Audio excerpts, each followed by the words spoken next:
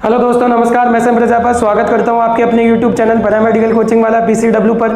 और दोस्तों, अपन previous year question की जो टेस्ट सीरीज चल रही है उसके अंदर आज अपन सोल्व करने वाले RUHS BSc नर्सिंग का जो पेपर नंबर 2018 का पेपर है वो अपन सोल्व करते हैं। तो उसमें अपन फिजिक्स का पेपर सोल्व करते हैं। आ जाइए, देखिए फिजिक्स के पेपर पर अपन चलते हैं, फटाफट अपन सोल्व करते हैं फिजिक्स का पेपर। देखिए BSc नर्सिंग की जो एग्जाम है वो 16 अक्टूबर को होने वाली है।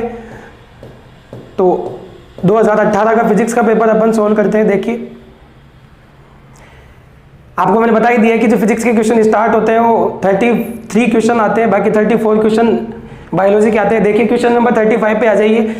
अपन ये जो पेपर होता है वो बाइलैंग्वेज होता है, तो मैं दोनों लैंग्वेज के अंदर क्वेश्चन पढ़ देता हूँ। देखिए 4 पॉइंट है, 4 पॉइंट चार्ज ये दे रखे हैं, चार्ज के मान सबके दे रखे हैं। इन्होंने are located at the corners of the square, एक स्क्वायर बना लीजिए बेटा। देखिए ये स्क्वायर आपने बना लिया है, ABCD है, ये A दे दिया, इसको B नाम दे दिया, इसको C नाम दे दिया, इसको D नाम दे दिया। 10 सेंटीमीटर इसकी साइड है, इसका मतलब जो भुजा दे रखी है वो कितनी दे रखी है 10। The force on charge 1 microcoulomb, 1 microcoulomb है वो इस पे सेंटर पे रखा हुआ है, placed at the centre of the square. 10 semi भुजा वाले ABCD के चारों कोनों पर बिंदु आवेश ये रखा हुआ है। देखिए 2 माइक्रोकुलाम प्लस के 2 माइक्रोकुलाम, दूसरा दे रखा है -5 माइक्रोकुलाम। C पर दे रखा है, C पर देखिए 2 माइक्रोकुलाम पॉजिटिव दे रखा है, और D पे दे रखा है -5 माइक्रोकुलाम ये दे रखा है। और स्थित वर्ग के मध्य उपस्थित 1 माइक्रोकुलाम ये है। पर लगने वाला बल देखिए, बल कितना आएगा। तो आपको पता है जो सेम चार्ज लाइक चार्ज होते हैं वो एक दूसरे को रिपेल करते हैं और अपोजिट चार्ज एक दूसरे को अट्रैक्ट करते हैं। तो देखिए ये दोनों क्या है, सेम चार्ज है तो ये रिपेल करेंगे, इस पर ये लगेगा फोर्स, इसको FA नाम दे रहा हूँ मैं। दूसरी पे अपन बात करें तो देखिए B के कारण बात करें तो ये नेगेटिव है, ये पॉजिटिव है, तो ये अट्रैक्ट करेगा B के कारण। C के कारण देखिए आप, ये C बेटा ये D हो गया, तो C के कारण देखिए ये क्या करेगा, रिपेल करेगा यूं FC, और यहाँ देखिए अट्रैक्ट करेगा तो क्या आएगा FD। आपको पता है इन दोनों के कारण लगने वाले बल का परिमाण समान आएगा और इन दोनों के कारण लगने वाले बल का परिमाण सेम आएगा। तो क्या आएगा FA बराबर FC एंड FB बराबर FD। तो इन चारों बल का परिमाण जो आएगा वो क्या आएगा, समान आएगा। तो इस वजह से जो F नेट आएगा वो कितना आएगा बेटा, 0 आ जाएगा सेंटर पे। इन दोनों के कारण 0, इन दोनों के कारण 0, तो जो नेट फोर्स आएगा सेंटर पे स्क्वायर के वो कितना आ जाएगा 0। देखिए बेटा D आंसर। ठीक है, चलते हैं अगले क्वेश्चन की तरफ। आ जाए बेटा क्वेश्चन नंबर 36 पे देखते हैं। धातु के 2 असंयुक्त गोलों की त्रिज्या क्रमशः ये दे रखी है। जो धातु के 2 गोले हैं उनकी त्रिज्या दे रखी है, ये देखिए R दे रखी है, ये कितनी दे रखी है बेटा 2R दे रखी है। देखिए और उन पर समान आवेश है, दोनों पर जो आवेश दे रखा है वो कितना दे रखा है बेटा, समान आवेश दे रखा है। गोलों की सतह के तुरंत बाहर ऊर्जा घनत्व है, आपको पता है ऊर्जा घनत्व, यदि इसको मैं A मानता हूँ, इसको यदि मैं B मानता हूँ, तो अपने पास में जो ऊर्जा होती है वो देखिए बेटा क्या आती है, UA के लिए जो ऊर्जा आएगी वो आएगी 1/2 एप्सिलॉन नॉट E स्क्वायर। जबकि यहाँ UB की अपन बात करें तो क्या आएगी बेटा 1/2 एप्सिलॉन नॉट E स्क्वायर। अपने को पता है E जो होता है वो क्या होता है बेटा, E देखो अपने को पता है E क्या है, इलेक्ट्रिक फील्ड वो क्या आएगा, गोले के कारण KQ अपॉन R स्क्वायर। ठीक है, तो यहाँ पर अपने को क्या देखना है, E की जगह ये वैल्यू पुटअप करनी है, तो अपने को ये दोनों के बीच में रिलेशन देखना है। ठीक है, तो रिलेशन के हिसाब से क्या आ जाएगा, जो UA है, ठीक है, जो एनर्जी डेंसिटी है वो क्या आएगी, एनर्जी जो डेंसिटी आएगी वो बेटा इनवर्सली प्रोपोर्शनल आएगी R⁴ की आएगी बेटा। ठीक है, तो जिसकी R ज्यादा आएगी, देखो RA और RB, आपको पता है रेडियस किसकी ज्यादा है, B की ज्यादा है, तो यहाँ पर जो पोटेंशियल एनर्जी आएगी वो क्या आएगी बेटा A की ज्यादा आएगी। जो एनर्जी डेंसिटी आएगी वो किसकी ज्यादा आएगी, A की ज्यादा आएगी, क्योंकि इनके बीच में जो डायरेक्ट रिलेशन आ गया वो क्या आ गया, U is inversely proportional R⁴। आप वैल्यू पुटअप करोगे यहाँ पे तो नीचे क्या आ जाएगा, R⁴ आ जाएगा। चार्ज की वैल्यू सेम है ही सही, तो क्या आ जाएगा बेटा ये, तो जिसकी R ज्यादा होगी उसकी क्या आएगी, जो ऊर्जा डेंसिटी है, एनर्जी डेंसिटी है वो कम आएगी। तो देखिए इसकी जो रेडियस है वो क्या है, कम है, तो जो एनर्जी डेंसिटी आएगी वो क्या आएगी, ज्यादा आएगी। देखिए कौन सा ऑप्शन दे रखा है, option number B is right answer बेटा। ठीक है, चलते हैं अगले क्वेश्चन की तरफ। देखिए आ जाइए बेटा क्वेश्चन नंबर 37 पे देखिए। क्वेश्चन नंबर 37 क्या बोलता है, चार संधारित्र चित्र के अनुसार जुड़े हैं, बिंदु x और y के बीच में तुल्य संधारित्र का मान ज्ञात करना, आपको इक्विवेलेंट कैपेसिटेंस निकालना है। तो वो कैसे निकालोगे बेटा,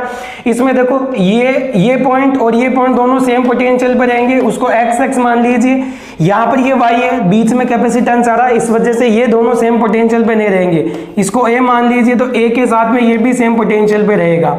क्यों रहेगा ये के साथ में सेम पोटेंशियल, क्योंकि इन दोनों के बीच में कोई भी रेजिस्टेंस कैपेसिटेंस नहीं है। तो देखिए 3 पॉइंट बना लीजिए आप, x y एंड a। देखिए a और x और a के बीच में कौन कौन से कैपेसिटेंस जुड़े हुए हैं, a और y के बीच में कौन से कैपेसिटेंस जुड़े हुए हैं। आ जाइए बेटा देखते हैं अपन। देखिए फर्स्ट बात करें ये 2 माइक्रोफैरड, देखिए बेटा 2 माइक्रोफैरड, एक तो ये आ जाएगा। दूसरा देखिए 3 माइक्रोफैरड, देखिए बेटा 3 माइक्रोफैरड। चौथा देखिए, तीसरा देखिए x 5 माइक्रोफैरड, ये कितना आ जाएगा 3 माइक्रोफैरड और ये आ जाएगा 5 माइक्रोफैरड।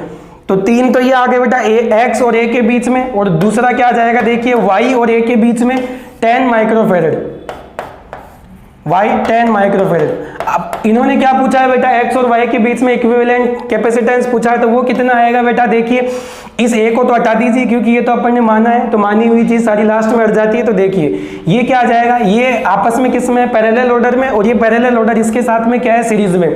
तो पहले इसका C इक्विवेलेंट निकाल लीजिए। आपको पता है जब कैपेसिटर पैरेलल ऑर्डर में जुड़े हुए रहता है तो उसके लिए C इक्विवेलेंट आता है C1 plus C2 plus C3। देखिए बेटा 2 प्लस 3 प्लस 5 कितना आ जाएगा 10 माइक्रोफैरड। तो यहाँ पर क्या आ जाएगा, जो अपने पास में सिंपल जो सर्किट बन जाएगा वो क्या बन जाएगा, बन जाएगा 10 माइक्रोफैरड बेटा, और ये भी क्या है 10 माइक्रोफैरड। ठीक है, तो x और y के बीच में जो इक्विवेलेंट कैपेसिटेंस आएगा वो कितना आएगा, C1 C2 upon C1 plus C2। क्यों, क्योंकि ये किस में जुड़े हुए हैं, सीरीज ऑर्डर में। आपको पता है जब कैपेसिटर सीरीज ऑर्डर में जुड़े हुए रहते हैं तो उसके लिए जो C इक्विवेलेंट आता है वो कितना आता है, देखिए CXY बराबर क्या आ जाएगा 10 10 10 प्लस 10, तो कितना आ जाएगा 100 अपॉन 20, 5 माइक्रोफैरड आ जाएगा बेटा।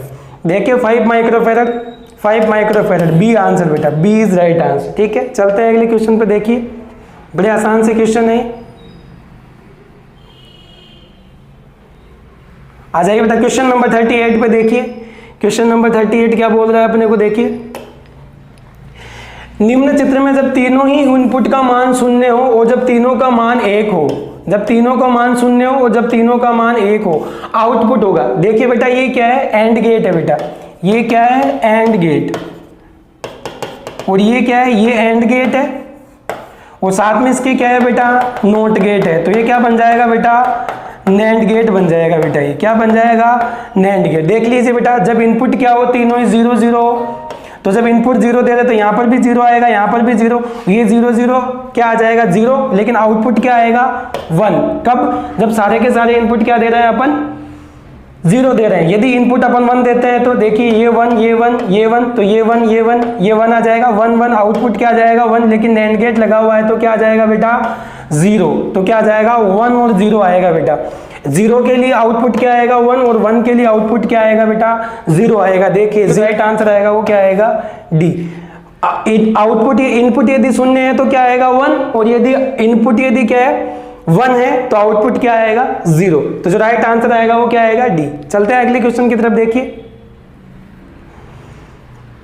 आ जाइए बेटा क्वेश्चन नंबर 39। देखिए क्या बोल रहा है, एक वारंटी ग्राफ जनरेटर द्वारा उत्पन्न किया जा सकने वाला विभवांतर। आपको ध्यान रखना है बेटा, वारंटी ग्राफ जो जनरेटर होता है, वारंटी ग्राफ जो जनरेटर होता है बेटा, वो हमेशा ध्यान रखना आप हाई पोटेंशियल जनरेट करने के लिए काम में लेते हैं। हाई पोटेंशियल जनरेट करने के लिए काम में लेते हैं, और इससे 10 लाख वोल्टेज 10 लाख वोल्टेज उत्पन्न किया जा सकता है। और 10 लाख को अपन क्या बोलते हैं बेटा, मिलियंस। तो देखिए ऑप्शन के हिसाब से आंसर दे दीजिए आप। अनेक वोल्टेज, सेवरल वोल्टेज नहीं, सेवरल 100 वोल्टेज नहीं, सेवरल 1000 नहीं, सेवरल मिलियन वोल्टेज। 10 लाख का मतलब क्या हो गया बेटा, मिलियंस। तो जो वारंटी ग्राफ जनरेटर के द्वारा वोल्टेज कितना जनरेट किया जा सकता है, मिलियंस वोल्ट में किया जा सकता है। तो जो राइट आंसर आएगा बेटा वो क्या आएगा, डी। चलते हैं अगले क्वेश्चन की तरफ। देखिए आ जाइए बेटा क्वेश्चन नंबर 40 पे। देखिए क्या बोल रहा है, बड़ा आसान सा क्वेश्चन है। देखिए 10 सेमी भुजा वाले वृत्त के मध्य बिंदु 5 सेमी ऊपर 96 माइक्रोकूलम का एक बिंदु आवेश स्थित है। गुजरने वाला विद्युत फ्लक्स, आपको पता है बेटा विद्युत फ्लक्स क्या होता है, ये आप गाउस के नियम से सोल्व होगा। देखिए अपने गाउस का नियम क्या होता है, पहले एक बार क्वेश्चन के हिसाब से अपन डायग्राम बना लेते हैं। फिजिक्स को आसान तरीके से करने का एक ही तरीका होता है, जैसे जैसे क्वेश्चन बोलते जाए वैसे वैसे आप करते जाइए। देखिए ये अपने पास में क्या है, एक स्क्वायर है, 10 सेमी भुजा वाला है ये, ठीक है। 10 सेंटीमीटर वाला वृत्त के मध्य बिंदु से ये मध्य बिंदु हो गया, इससे 5 सेंटीमीटर पर 96 माइक्रोकूलम रखा हुआ है बेटा। यहाँ पर देखिए बिंदु आवेश स्थित वृत्त से होकर गुजरने वाला according to Gauss law, according to Gauss law, Gauss क्या बोलता है बेटा कि जो फ्लक्स होता है किसी भी बंद पृष्ठ से होकर गुजरने वाला जो फ्लक्स होता है वो 1/ε0 के जो क्यू इन होता है वो 1/ε0 के मल्टीप्लाई के बराबर होता है। तो देखिए ये तो फ्लक्स क्या आएगा, देखिए बेटा क्यू इन देख लीजिए आप, क्या करिए कि यहाँ पर एक अपने को स्पष्ट एक वो बनेगा, डायग्राम बनेगा, वो देखिए अपन क्या कर लेते हैं, इसको इनक्लोज कर लेते हैं। इनक्लोज का मतलब इसको बंद सरफेस के अंदर अपन इंक्लूड करते हैं। देखिए तो इसके लिए क्या करते हैं अपन, ये अपन ने खींच लिया, देखिए ये अपने पास में क्या बन जाएगा बेटा, एक क्यूब बन जाएगा ये, ठीक है। तो क्यूब में कितनी सरफेस होती है बेटा, क्यूब के अंदर यदि अपन सरफेस की बात करें, एक कमरे के अंदर आप काउंट करिए ऊपर नीचे राइट लेफ्ट और फ्रंट और बैक, तो कितनी सरफेस होती है बेटा, 6 होती है। अब इस 6 में से अपने को किससे रिलेटेड निकालना है बेटा, जो फ्लक्स निकालना है वो किससे रिलेटेड निकालना है, अपने को केवल इस सरफेस से रिलेटेड निकालना है। तो क्यू कितने भागों में डिवाइड हो जाएगा बेटा, यहाँ पर जो 96 है वो 6 भागों में डिवाइड हो जाएगा। तो क्यू इन जो आएगा अपने पास में वो क्या आएगा बेटा, 96/6। यहाँ वैल्यू पुटअप कर दीजिए, देखिए क्या आएगा 96 माइक्रोकूलम में, तो 10⁻⁶ अपॉन क्या आ जाएगा बेटा 6 इंटू ε0 की वैल्यू इन्होंने क्या दे रखी है बेटा 8 इंटू 10⁻12, 8 इंटू 10⁻12 ये दे रखी है। तो देखो ये कितना आ जाएगा 48, और 48 से ये कितनी बार कट जाएगा 2 टाइम्स, तो कितना आ जाएगा, ये कितना आ जाएगा 10⁻6। तो जो राइट आंसर आएगा बेटा वो कितना आएगा 2 × 10⁶ न्यूटन मीटर पर कूलम। देखिए बेटा ऑप्शन नंबर ए दे रखा है, तो कितना आ जाएगा बेटा 2 इंटू 10⁻6 न्यूटन मीटर स्क्वायर पर कूलम। तो राइट आंसर ए। देखिए सब ठीक है, चलते हैं अगले क्वेश्चन की तरफ। देखिए आ जाइए बेटा क्वेश्चन नंबर 41 पे। देखिए निर्वात की विद्युतशीलता की इकाई, बेटा निर्वात अपने को पता है F बराबर क्या आता है K, या तो K मत मानो, यहाँ पर आपको निर्वात की विद्युतशीलता यदि निकालनी है तो क्या करोगे Q² / 4πε0 d²। यदि दो आवेशों के बीच में लगने वाला बल निकालेंगे तो अपन इससे निकालेंगे, तो ये कितना आ जाएगा बेटा, देखिए इसकी निकालनी है अपने को, तो क्या आ जाएगा ε0 बराबर Q², ये तो कांस्टेंट है, अपॉन क्या आ जाएगा F इंटू d²। तो क्या आ जाएगा बेटा ε0 बराबर इसकी कूलम स्क्वायर नीचे न्यूटन इंटू मीटर स्क्वायर। देखिए बेटा कौन सा ऑप्शन है चेक कर लीजिए, coulomb square newton upon metre square, देखिए सी। तो जो राइट आंसर आएगा बेटा वो क्या आ जाएगा सी।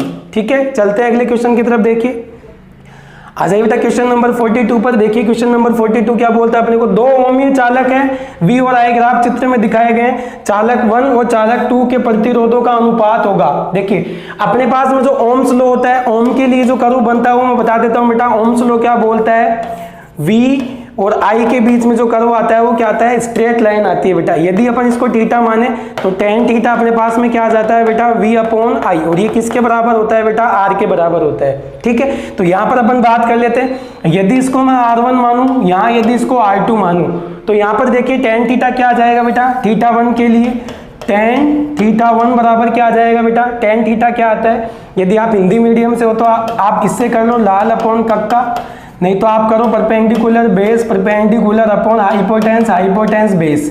तो क्या आ जाएगा tan theta perpendicular upon base, तो परपेंडिकुलर किसके बराबर आ जाएगा बेटा, इसके बराबर। तो अपने पास में क्या आ जाएगा I/V, ये किसके बराबर आ जाएगा बेटा 1/R1 के। तो R1 क्या आ जाएगा बेटा अपने पास में 1/tan θ1। ठीक है, अब बात करते हैं अपन tan θ2 की। देखिए बेटा ये θ2 की बात करें तो tan θ2 बराबर क्या आएगा, tan θ2 बराबर क्या आ जाएगा, देखिए परपेंडिकुलर क्या आ जाएगा V और बेस क्या आ जाएगा बेटा, ये I आ जाएगा इसमें, तो क्या आ जाएगा I, और ये किसके बराबर होगा R2 के बराबर।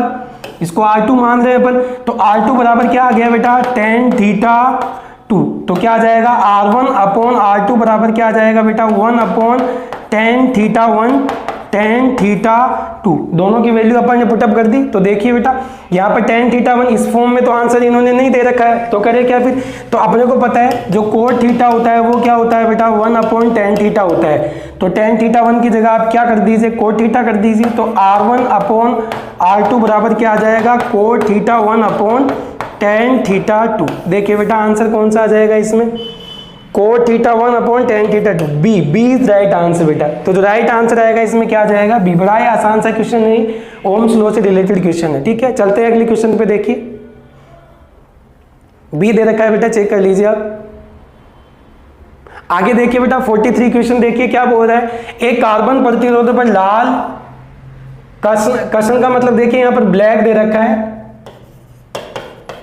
ब्लैक, नारंगी, ऑरेंज और चांदी का रंग की पट्टिका दे रखी है, प्रतिरोध एवं टॉलरेंस। आप देखिए बेटा ये जो कलरफुल वर्ड ऑफ रेजिस्टेंस होता है, प्रतिरोधों का जो रंगीन वर्णक्रम होता है उससे रिलेटेड क्वेश्चन है। देखिए उसमें क्या होता है, एक टर्म्स होती है छोटी सी, वो आपको ध्यान रखना है। देखिए यदि अपन बात करें तो इसको ऐसे दिखाते हैं, प्रतिरोधों का जो वर्णक्रम होता है बेटा इसको अपन ऐसे मेंशन करते हैं, उसके ऊपर क्या करते हैं अपन कलर कोड करते हैं। देखिए ये फर्स्ट कलर हो गया, ये अपना सेकंड कलर हो गया, देखिए इसको ब्लैक कर देता हूँ बेटा सेकंड वाले को मैं, क्योंकि ब्लैक ही दे रखा है। थर्ड की यदि अपन बात करें तो देखिए ये थर्ड हो गया और ये फोर्थ हो गया अपने पास में बेटा, ठीक है। तो देखिए यहाँ पर इसका जो डायरेक्ट फॉर्मूला होता है वो क्या आता है, देखिए बेटा ये ए को दिखाता है, ये बी को दिखाता है, ये पावर को दिखाता है बेटा, और ये टॉलरेंस को दिखाता है।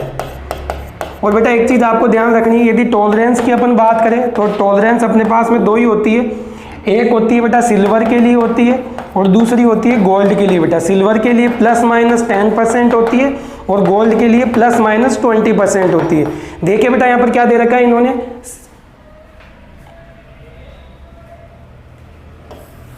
चांदी दे रखी है, सिल्वर दे रखी है इन्होंने, तो उसके लिए कितना आएगा बेटा 10%। तो देखिए 10% इसमें दे नहीं रखा तो ये नहीं होगा, यहाँ 20% दे रखा है, गोल्ड सोने के लिए दे रखा है तो ये होगा नहीं, तो ये अपने पास में या तो ये आंसर आएगा, ये अपने पास में ये आंसर आएगा। तो अपन इनके लिए क्या एक टेबल देखते हैं, वो क्या बोलते हैं साहब, बीबी रॉय ब्लैक ब्लू। देखिए बीबी रॉय ग्रेटेन, देखिए तो इससे ये सीरीज बनती है, किससे क्या आ जाएगा, रेड, ऑरेंज और येलो। अपने पास में यही कलर दे रखा तो यहीं तक अपन देख लेते हैं। देखिए इनकी वैल्यू यहाँ तो पावर कर दीजिए बेटा, आप पावर में कितना आएगा और यहाँ पर कितना आएगा बेटा, ए एंड बी दोनों के लिए यहाँ से लेना अपने को। तो ये क्या आ जाएगा, ब्लैक के लिए कितना आ जाएगा बेटा, देखिए ब्लैक के लिए 0 आ जाएगा, 1 आ जाएगा, 2 आ जाएगा, 3 आ जाएगा, 4 आ जाएगा। यहाँ पर पावर की बात करें तो 10 की पावर 0, 10 की पावर 1, 10 की पावर 2, 10 की पावर 3। तो इसका जो फॉर्मूला आता है बेटा वो आता है A B plus multiply power C और प्लस माइनस टॉलरेंस, ये आता है बेटा। तो इसके हिसाब से सेट कर दीजिए इनको जो भी दे रखा है। सबसे पहले देखिए क्या दे रखा है, रेड के लिए कितना आ जाएगा बेटा 2, ठीक है, रेड के लिए कितना आ जाएगा बेटा 2, ठीक है। और क्या आ जाएगा, देखिए ब्लैक के लिए कितना आ जाएगा बेटा 0, ठीक है। आगे देखिए बेटा आप क्या दे रखा है, ऑरेंज के लिए कितना आ जाएगा, मल्टीप्लाई 10 की घात 3 और प्लस माइनस सिल्वर क्या दे रखी है, चांदी दे रखी है, तो क्या आ जाएगा बेटा +-10%। इसको क्या बोलते हैं बेटा अपन, किलो। तो कितना आ जाएगा 20 किलो ओम +-10%। देखिए बेटा answer number B is right answer बेटा, देखिए बी, ठीक है। चलते हैं अगले क्वेश्चन की तरफ। देखिए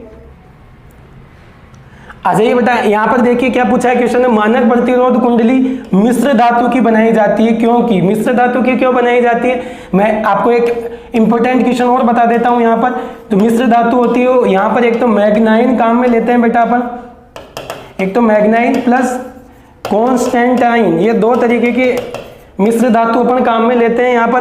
और ये क्यों लेते हैं मैं बता देता हूँ बेटा, इनकी जो रेजिस्टिविटी होती है वो बेटा हाई होती है, इनकी रेजिस्टिविटी हाई होती है, जबकि जो थर्मल टेम्परेचर कांस्टेंट है, थर्मल टेम्परेचर जो कोफिशिएंट है वो बेटा बहुत कम होता है, इस वजह से इनको काम में लेते हैं अपन। देखिए कौन सा ऑप्शन है, प्रतिरोध ताप गुणांक कम होता है, प्रतिरोधकता अधिक होती है, बस बेटा फर्स्ट ही ऑप्शन है इसके अंदर, दूसरा तो नहीं, कम होता है ये कम होती है, दोनों अधिक होती है, नहीं बेटा। तो जो राइट आंसर आएगा वो क्या आएगा, फर्स्ट, देखिए ये, ठीक है। चलते हैं अगले क्वेश्चन की तरफ, देखिए आ जाइए बेटा क्वेश्चन नंबर 45 पर। व्हीटस्टोन ब्रिज से रिलेटेड क्वेश्चन है, चित्र में दर्शाया गया व्हीटस्टोन सर्वाधिक सूख रहे कब सबसे ज्यादा सेंसिटिव होगा, सेंसिटिव सबसे ज्यादा कब होगा। तो आपको पता है बेटा जो व्हीटस्टोन ब्रिज का जो प्रिंसिपल होता है वो क्या बोलता है बेटा, सबसे ज्यादा सेंसिटिव होने के लिए इसमें क्या होना चाहिए बेटा, IG क्या होनी चाहिए, 0। गैल्वेनोमीटर में फ्लो होने वाली करंट क्या होनी चाहिए, 0। तो उसके लिए क्या जरूरी है, P/R बराबर Q/S क्या होना चाहिए, वो इक्वल होना चाहिए, ठीक है। यहां पर देखिए फर्स्ट में P बराबर Q, ये सही है, R नहीं बेटा, यदि ये दोनों अलग हो जाएंगे तो इन दोनों का रेशियो भी अलग आएगा। यहां पर देखिए बेटा P और Q नहीं इक्वल, ये नहीं है तो बराबर ये भी नहीं होगा, यहां पर इक्वल हो जाएगा बेटा, क्योंकि सबकी वैल्यू आप एक मान लीजिए, 1 1 बराबर 1 1, तो जो लास्ट में ऑप्शन आपके पास में आएगा आंसर वो क्या आएगा, 1:1। तो इसका मतलब क्या आ गया, इसमें फ्लो होने वाली करंट इस टाइम क्या आ जाएगी, 0 आ जाएगी। तो बैलेंस में कब रहेगा व्हीटस्टोन ब्रिज, जब P बराबर Q बराबर R बराबर S होगा, तभी ये क्या होगा, हाईली सेंसिटिव होगा, ठीक है। तो जो राइट आंसर आएगा वो क्या आ जाएगा, C। चलते हैं अगले क्वेश्चन की तरफ, देखिए आ जाइए बेटा क्वेश्चन नंबर 46 पर। क्या बोल रहा है 46 क्वेश्चन, किसी तार के परिच्छेद से समय t में प्रवाहित होने वाले विद्युत आवेश की मात्रा, विद्युत आवेश की मात्रा बेटा इन्होंने क्या दी है, 5t² + 4t + 2 ये दिए।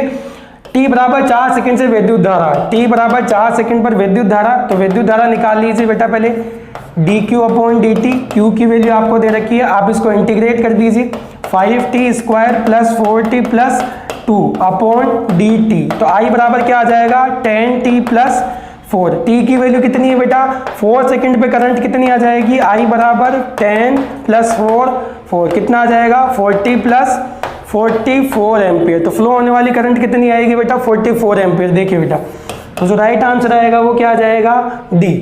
चलते हैं अगले क्वेश्चन की तरफ, देखिए आ जाइए बेटा क्वेश्चन नंबर 47 पे। देखिए क्या बोल रहा है, जिस स्थान पर पृथ्वी के चुंबकीय क्षेत्र के क्षैतिज और ऊर्ध्व घटक समान होते हैं, जहां पर नति कोण होता है। देखिए बेटा इसके लिए आपको एक छोटी सी चीज ध्यान रखनी है, वो क्या है, ये BH, यदि मैग्नेटिक फील्ड यहाँ है तो इसको B मैग्नेटिक फील्ड होगा, तो इसके दो कंपोनेंट हो जाएंगे, वो कौन से हो जाएंगे, BH और BV, और इन दोनों के बीच में जो रिलेशन आएगा वो किससे आएगा, tan थीटा से बेटा।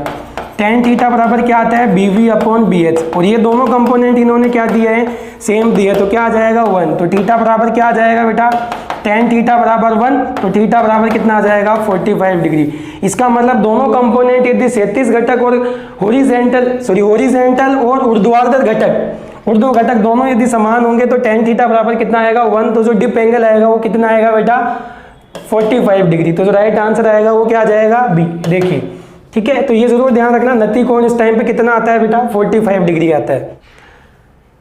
आ जाइए बेटा क्वेश्चन नंबर 48 पे। ये आपको याद करने लायक क्वेश्चन है, जो टेबल दे रखी है उस टेबल में से आपको निकालना है, एक चुंबकीय पदार्थ की आपेक्षिक भेद्यता, ये दे रखी है, ये है पदार्थ 1 से कम दे रखी है। आपेक्षिक जो भेद्यता है बेटा मैग्नेटिक, देखिए इसके अंदर मैग्नेटिक जो रिलेटिव परमिबिलिटी है वो 1 से कम दे रखी है, तो इसका मतलब जो मटेरियल होगा वो कौन सा होगा, तो इसमें देख लीजिए आप, डायमैग्नेटिक होगा। प्रति चुंबकीय टेबल दे रखी है, उसमें से आप सबकी वैल्यू याद कर सकते हैं बेटा। चलते हैं अगले क्वेश्चन पर, देखिए आ जाइए बेटा क्वेश्चन नंबर देखिए 49। R त्रिज्या की गाउसीय गोलीय सतह के भीतर आवेश Q। देखिए ये एक गोलीय गाउसीय सतह है जिसके अंदर Q चार्ज है, यदि त्रिज्या दोगुनी कर दी जाए तो बाह्य दिशी विद्युत फ्लक्स। देखिए बेटा गाउस के लॉ से, इससे पहले भी अपने पास में क्वेश्चन आया था अभी, उसमें अपने को पता है गाउस का जो नियम आता है वो क्या आता है, Q/ε0। तो Q पे डिपेंड करती है, ε0 पे डिपेंड करती है, मटेरियल पे डिपेंड करती है, R पे ये डिपेंड नहीं करती है। तो R पे डिपेंड नहीं करती तो क्या होगा साहब, आप चाहे R 2 गुनी कर दो, 4 गुनी कर दो, 16 गुनी कर दो, आंसर क्या रहेगा, अपरिवर्तित। रिलेटेड फ्लक्स हमेशा क्या रहेगा बेटा, सेम ही रहेगा, क्योंकि यदि Q मैं यहाँ रखता हूँ और उसकी जो रेडियस है 2R कर देता हूँ, तो भी जो Q इन आएगा वो कितना आएगा, Q ही आएगा। तो जो रिलेटेड फ्लक्स आएगा वो क्या आएगा बेटा, रिमेन कॉन्स्टेंट, सेम आएगा। चलते हैं अगले क्वेश्चन की तरफ, देखिए आ जाइए बेटा। देखिए क्वेश्चन नंबर 50 पर क्या बोल रहा है, किसी लोहे चुंबकीय की क्यूरी बिंदु के ऊपर अणुचुंबकीय भाग में चुंबकीय संवेदनशीलता ससेप्टिबिलिटी होती है, जहाँ जो C है वो क्यूरी नियतांक है, T केल्विन ताप है पदार्थ का, तो TC क्यूरी ताप है, ठीक है नहीं। देखिए क्यूरी वाइज का जो रूल होता है उससे इसको सोल्व करना है क्यूरी वाइज। तो यदि लोहे चुंबकीय क्यूरी बिंदु से अपर उनकी बात करें अणुचुंबकीय के लिए, तो वो क्या आती है बेटा, susceptibility 1 is directly proportional T minus TC। एक क्यूरी लो होता है जो कि डायमैग्नेटिक के लिए होता है, वो होता है 1/T, और क्यूरी वाइज क्या बोलता है, ये बोलता है किसके ऊपर, क्यूरी ताप से ऊपर ताप के लिए अणुचुंबकीय भाग के लिए। तो जो राइट आंसर आएगा देखिए बेटा कौन सा आएगा, first C 1/T minus TC। देखिए बेटा इसका आंसर फर्स्ट आंसर आ जाएगा। देखिए चलते हैं अगले क्वेश्चन की तरफ अपन। देखिए बेटा चेक कर लीजिए आंसर नंबर फर्स्ट दे रखा है इसमें। देखिए बेटा क्वेश्चन नंबर 51 क्या बोल रहा है, एक लंबे तार को चित्र की भांति मोड़ा गया है और उसमें धारा I प्रवाहित हो रही है, तार के वृत्तीय भाग के कारण केंद्र O बिंदु पर चुंबकीय क्षेत्र। देखिए बेटा बहुत ज्यादा दिमाग लगाने की जरूरत नहीं है इसमें। देखो इन्होंने क्या बोला है अपने को कि एक तार है जिसके अंदर I धारा हो रही है, उसको अपन ने वृत्त के रूप में मोड़ दिया है जिसकी रेडियस कितनी है, A है। तो आप लोगों को पता है इसके लिए जो B आता है वो क्या आता है, μ0I/2a। R की जगह पर ने क्या रख दिया, ये रख दिया B सेंटर पे। देखिए आंसर दे रखा है क्या, μ0I/2a। फर्स्ट ही ऑप्शन दे रखा है, आंसर जो दे रखा है वो क्या आएगा, μ0I/2a। तो राइट आंसर आएगा बेटा क्या जाएगा, फर्स्ट। चलते हैं अगले क्वेश्चन की तरफ। देखिए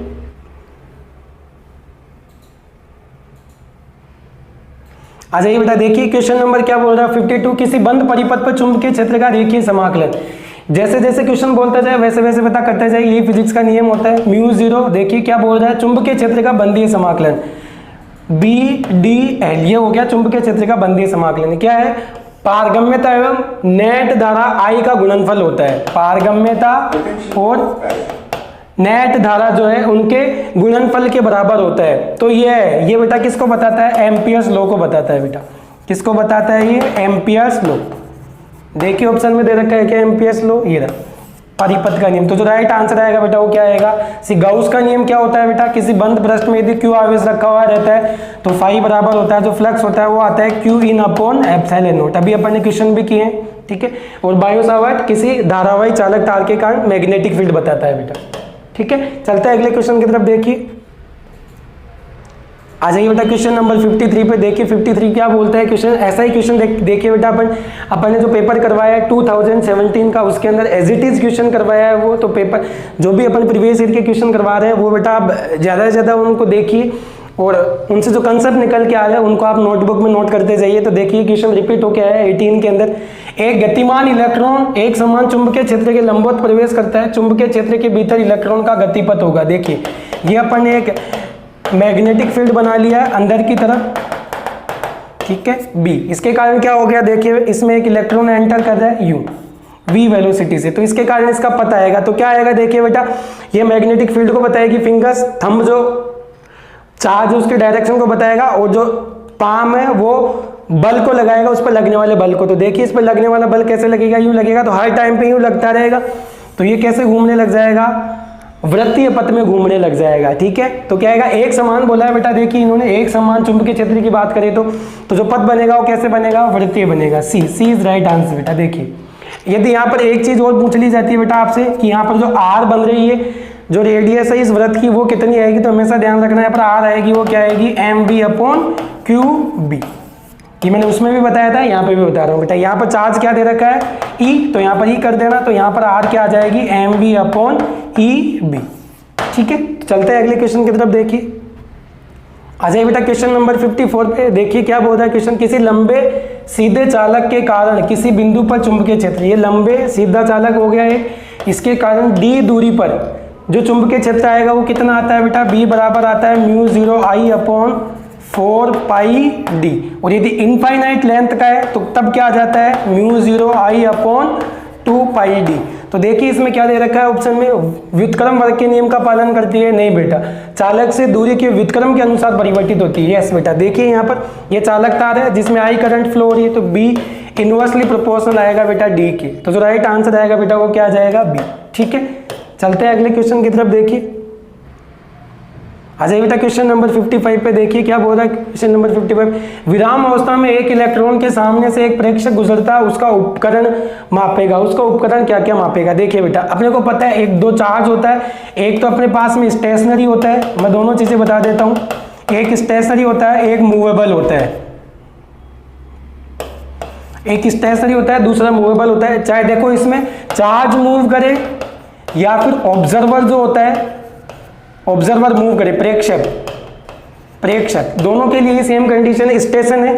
तो उस चार्ज के चारों ओर केवल electric field, only electric field generate होता है, जबकि मूवेबल के टाइम पे electric field and magnetic field दोनों जनरेट होते हैं। तो इसमें देखिए प्रेक्षक पे गति कर जाते हैं, इसका मतलब उसको चार्ज रिलेटिव वेलोसिटी देखते हैं बेटा। इसमें क्या देखते हैं अपन? रिलेटिवली मोशन देखते हैं, सापेक्ष गति के हिसाब से अपन इसको देखते हैं। तो यहाँ पर दोनों ही चीजें जनरेट होगी, मैग्नेटिक फील्ड भी जनरेट होगा और इलेक्ट्रिक फील्ड भी जनरेट होगा, both the electric and magnetic field, विद्युत तथा चुंबकीय क्षेत्र दोनों। ठीक है, तो जो राइट आंसर आएगा वो क्या आ जाएगा बेटा? सी। ठीक है, चलते हैं अगले क्वेश्चन की तरफ। देखिए आ जाइए बेटा क्वेश्चन नंबर 56 पे देखिए क्या बोल रहा है। किसी पारदर्शी पदार्थ का अपवर्तनांक, किसी पारदर्शी पदार्थ का जो अपवर्तनांक होता है वो क्या होता है? देखिए बेटा एक रिलेशन होता है इनके बीच में, वो क्या आता है? म्यू बराबर होता है, म्यू बराबर सी अपॉन लैम्बडा होता है बेटा। ठीक है, अपने को पता है विबज्योर। ठीक है, जैसे जैसे अपन इधर की तरफ जाते हैं वैसे वैसे इनकी जो वेवलेंथ होती है वो क्या होती है बेटा? इंक्रीज होती है। उनकी वेवलेंथ जो होती है वो क्या होती है? इंक्रीज। तो देखो इधर इसकी जो वॉयलेट है उसकी वेवलेंथ क्या है? मिनिमम। वेवलेंथ क्या है बेटा? इसकी मिनिमम। जबकि आर की बात करें तो इसकी वेवलेंथ क्या है? मैक्सिमम। तो देखिए इसका जो रिफ्रैक्टिव इंडेक्स होगा वो होगा मिनिमम। रिफ्रैक्टिव इंडेक्स की यदि बात करें अपन, अपवर्तनांक की यदि बात करें तो वो क्या आएगा बेटा? मिनिमम। जबकि इसका क्या आएगा? मैक्सिमम, क्योंकि इसकी जो वेवलेंथ होती है वो क्या आती है बेटा? क्योंकि यहाँ पर लैम्बडा इसका सबसे कम है तो म्यू क्या आएगा? ज्यादा आएगा। देखिए बेटा सभी वर्णों के लिए समान होता है? नहीं बेटा। बैंगनी वर्ण के लिए अधिकतम होता है? देखिए बेटा बैंगनी वर्ण के लिए सबसे ज्यादा अधिकतम होता है, तो राइट आंसर ये आ जाएगा। बैंगनी वर्ण के लिए न्यूनतम होता है? नहीं बेटा। रक्त वर्ण के लिए अधिकतम होता है? नहीं बेटा। रेड के लिए क्या होता है? मिनिमम होता है। देखिए बेटा तो राइट आंसर आएगा बेटा क्या आएगा? बी। ठीक है, चलते हैं अगले क्वेश्चन की तरफ। देखिए आ जाइए बेटा क्वेश्चन नंबर 57 पे देखिए। क्वेश्चन नंबर 57 क्या बोल रहा है अपने पास में? तरंग दैर्ध्य लैम्बडा के दो प्रकाश तरंगों के मध्य, देखिए तरंग दैर्ध्य लैम्बडा के दो प्रकाश तरंगों के मध्य समपोषी व्यतिकरण। देखिए बेटा जो इंटरफेरेंस होता है वो अपने पास में दो तरीके का होता है, एक होता है समपोषी और दूसरा होता है कंस्ट्रक्टिव और डिस्ट्रक्टिव बेटा, विनाशी। इसको बोलते हैं बेटा अपन कंस्ट्रक्टिव, इसको होता है कंस्ट्रक्टिव, ये होता है बेटा डिस्ट्रक्टिव। ये दो तरीके के इंटरफेरेंस होता है। तो इसके लिए जो डेल एक्स आता है, पथांतर आता है, वो आता है एन लैम्बडा, और इसके लिए आता है पथांतर जो आता है वो आता है बेटा 2n-1 लैम्बडा बाई 2। ठीक है, तो क्या आ जाएगा बेटा? देखिए यहाँ पर जो फ्रिंज बनती है बेटा वो बनती है ब्राइट, और यहाँ पर जो फ्रिंज बनती है वो कैसी बनती है बेटा? ब्लैक। ठीक है, तो देख लीजिए आंसर क्या आएगा? एन लैम्बडा सी। समपोषी के लिए पूछा है तो समपोषी के लिए जो आंसर आएगा वो क्या आएगा? N lambda. ठीक है, यहाँ पर प्लस आएगा बेटा, जो विनाशी व्यतिकरण होता है उसके लिए प्लस आता है यहाँ पे। ठीक है, तो ये ध्यान रखना बेटा। चलते हैं अगले क्वेश्चन की तरफ। देखिए आ जाइए बेटा, देखिए क्वेश्चन नंबर 58। वायु कांच अंतर सतह इंटरफेस पर एक साधारण प्रकाश बूस्टर कोण पर आपतित होता है। देखिए बेटा ये एक इंटरफेस है, ये इसकी जो ऊपर वाली सरफेस है वो एयर है और नीचे वाली सरफेस ग्लास है। ये वायु है, ये कांच है, इन दोनों के बीच की सरफेस को क्या बोलते हैं अपन? Interface surface. ठीक है, तो बूस्टर कोण पर आपतित होती है। आपको पता है जो बूस्टर कोण होता है थीटा पी, वो क्या होता है बेटा? पोलराइजेशन एंगल होता है। देखिए इसमें जब भी कोई लाइट यहाँ इंसिडेंट होती है तो उसके साथ में दो इंसिडेंट होती है, दो घटनाएं उसके साथ में होती है। एक होती है परावर्तित और दूसरी होती है अपवर्तित। एक होती है परावर्तित, दूसरी होती है अपवर्तित। परावर्तित बेटा जो होती है वो क्या होती है? पूर्णतः ध्रुवित होती है। वो क्या होती है बेटा? पूर्णतः ध्रुवित होती है। पूर्णतः ध्रुवित होती है, जबकि ये क्या होती है? आंशिक रूप से ध्रुवित होती है।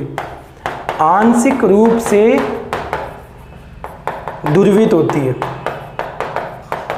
ठीक है, तो यहां पर क्या आएगा देखिए बेटा, ये एक तो यू आ जाएगी अपवर्तित और दूसरी क्या आ जाएगी, दूसरी आ जाएगी बेटा परावर्तित। ठीक है, ये आ जाएगी परावर्तित जो कि पूर्ण रूप से ध्रुवित होती है और दूसरी ये आ जाएगी अपवर्तित जो कि आंशिक रूप से ध्रुवित होती है। इन दोनों के बीच में जब एंगल कितना बनता है 90 डिग्री, और उस एंगल पर यदि जो इंसिडेंट रेज है वो इंसिडेंट होती है यहाँ पर इंटरफेस सरफेस पे, तो उसको बोलते हैं अपन पोलराइजेशन एंगल। ठीक है, तो पूछा क्या है, कांच में अपवर्तनांक कौन होगा, तो कांच के अंदर ये पूछ रहे कि यहाँ पर अपवर्तनांक कौन क्या आएगा, रिफ्रैक्टिव जो एंगल आएगा वो क्या आएगा। तो इसके लिए डायरेक्ट एक फॉर्मूला होता है, वो क्या आता है, या तो आप स्नेल का जो रूल है वो फॉलो करिए आप, देखिए वो क्या होता है। यहाँ पर क्या आ जाएगा, μ1 साइन थीटा p बराबर क्या आ जाएगा बेटा, μ2, यहाँ क्या आ जाएगा साइन, कितना आ जाएगा, ये कितना आ जाएगा बेटा, देखो ये पूरा कितना है, ये 90 है, ये कितना है 90, तो ये कितना आ जाएगा 90 माइनस थीटा, तो ये कितना आ जाएगा बेटा, थोड़ा नीचे कर देता हूं मैं एक बार, स्नेल के नियम से अपन इसको सोल्व कर लेते हैं। देखिए थोड़ा इधर सोल्व कर देता हूं मैं,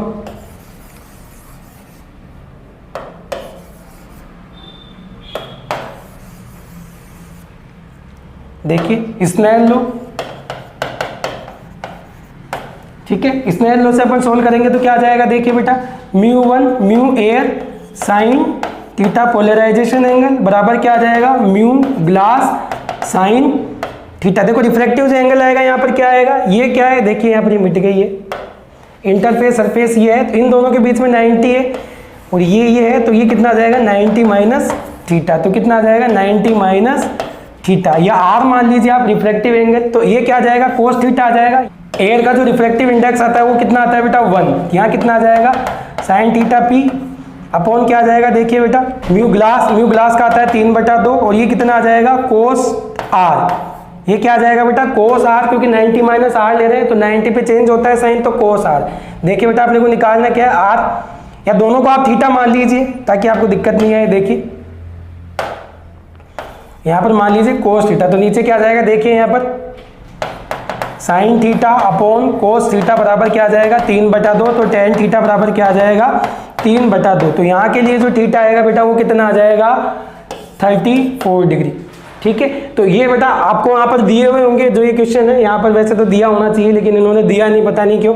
बाकी यदि ऐसा कोई एंगल आता है जिसकी वैल्यू अपने को नहीं पता है तो वो दी जाती है आपको। ठीक है, तो यहाँ पर आपको या तो याद कर लेना या फिर यहाँ पर जो क्वेश्चन है वो देता है आपको। ठीक है, तो यहाँ पर जो राइट आंसर आएगा वो कितना आ जाएगा 34 डिग्री। ठीक है, चलते हैं अगले क्वेश्चन की तरफ। देखिए आ जाइए बेटा क्वेश्चन नंबर 59 पे, देखिए क्या बोल रहा है क्वेश्चन नंबर 59, किसी इलेक्ट्रॉन की डी ब्रोगली तरंगदैर्ध्य, किसी इलेक्ट्रॉन की जो डी ब्रोगली तरंगदैर्ध्य होती है वो क्या होती है लैम्ब्डा बराबर h/p।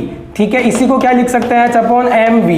देखिए क्या बोल रहे हैं, स्टेटमेंट पढ़ लीजिए, उसका संवेग बढ़ाने पर बढ़ती है, यदि संवेग बढ़ाओगे तो आप क्या बढ़ेगी, क्या नहीं बेटा घटेगी, तो फर्स्ट ये नो रोंग, उसका संवेग घटाने पर बढ़ती है, यस बेटा। इसका यदि आप संवेग कम करोगे तो जरूर वेवलेंथ होगी वो क्या होगी इंक्रीज होगी। देखिए संवेग घटाने पर बढ़ती है, यस बी। देखिए उसके संवेग पर निर्भर नहीं करती है, करती है बेटा, देखिए उसके संवेग के द्विघात के अनुसार नहीं, तो जो राइट आंसर आएगा वो क्या आ जाएगा बी। देखिए बेटा जो राइट आंसर आएगा वो क्या आएगा बी। ठीक है, चलते हैं अगले क्वेश्चन की तरफ।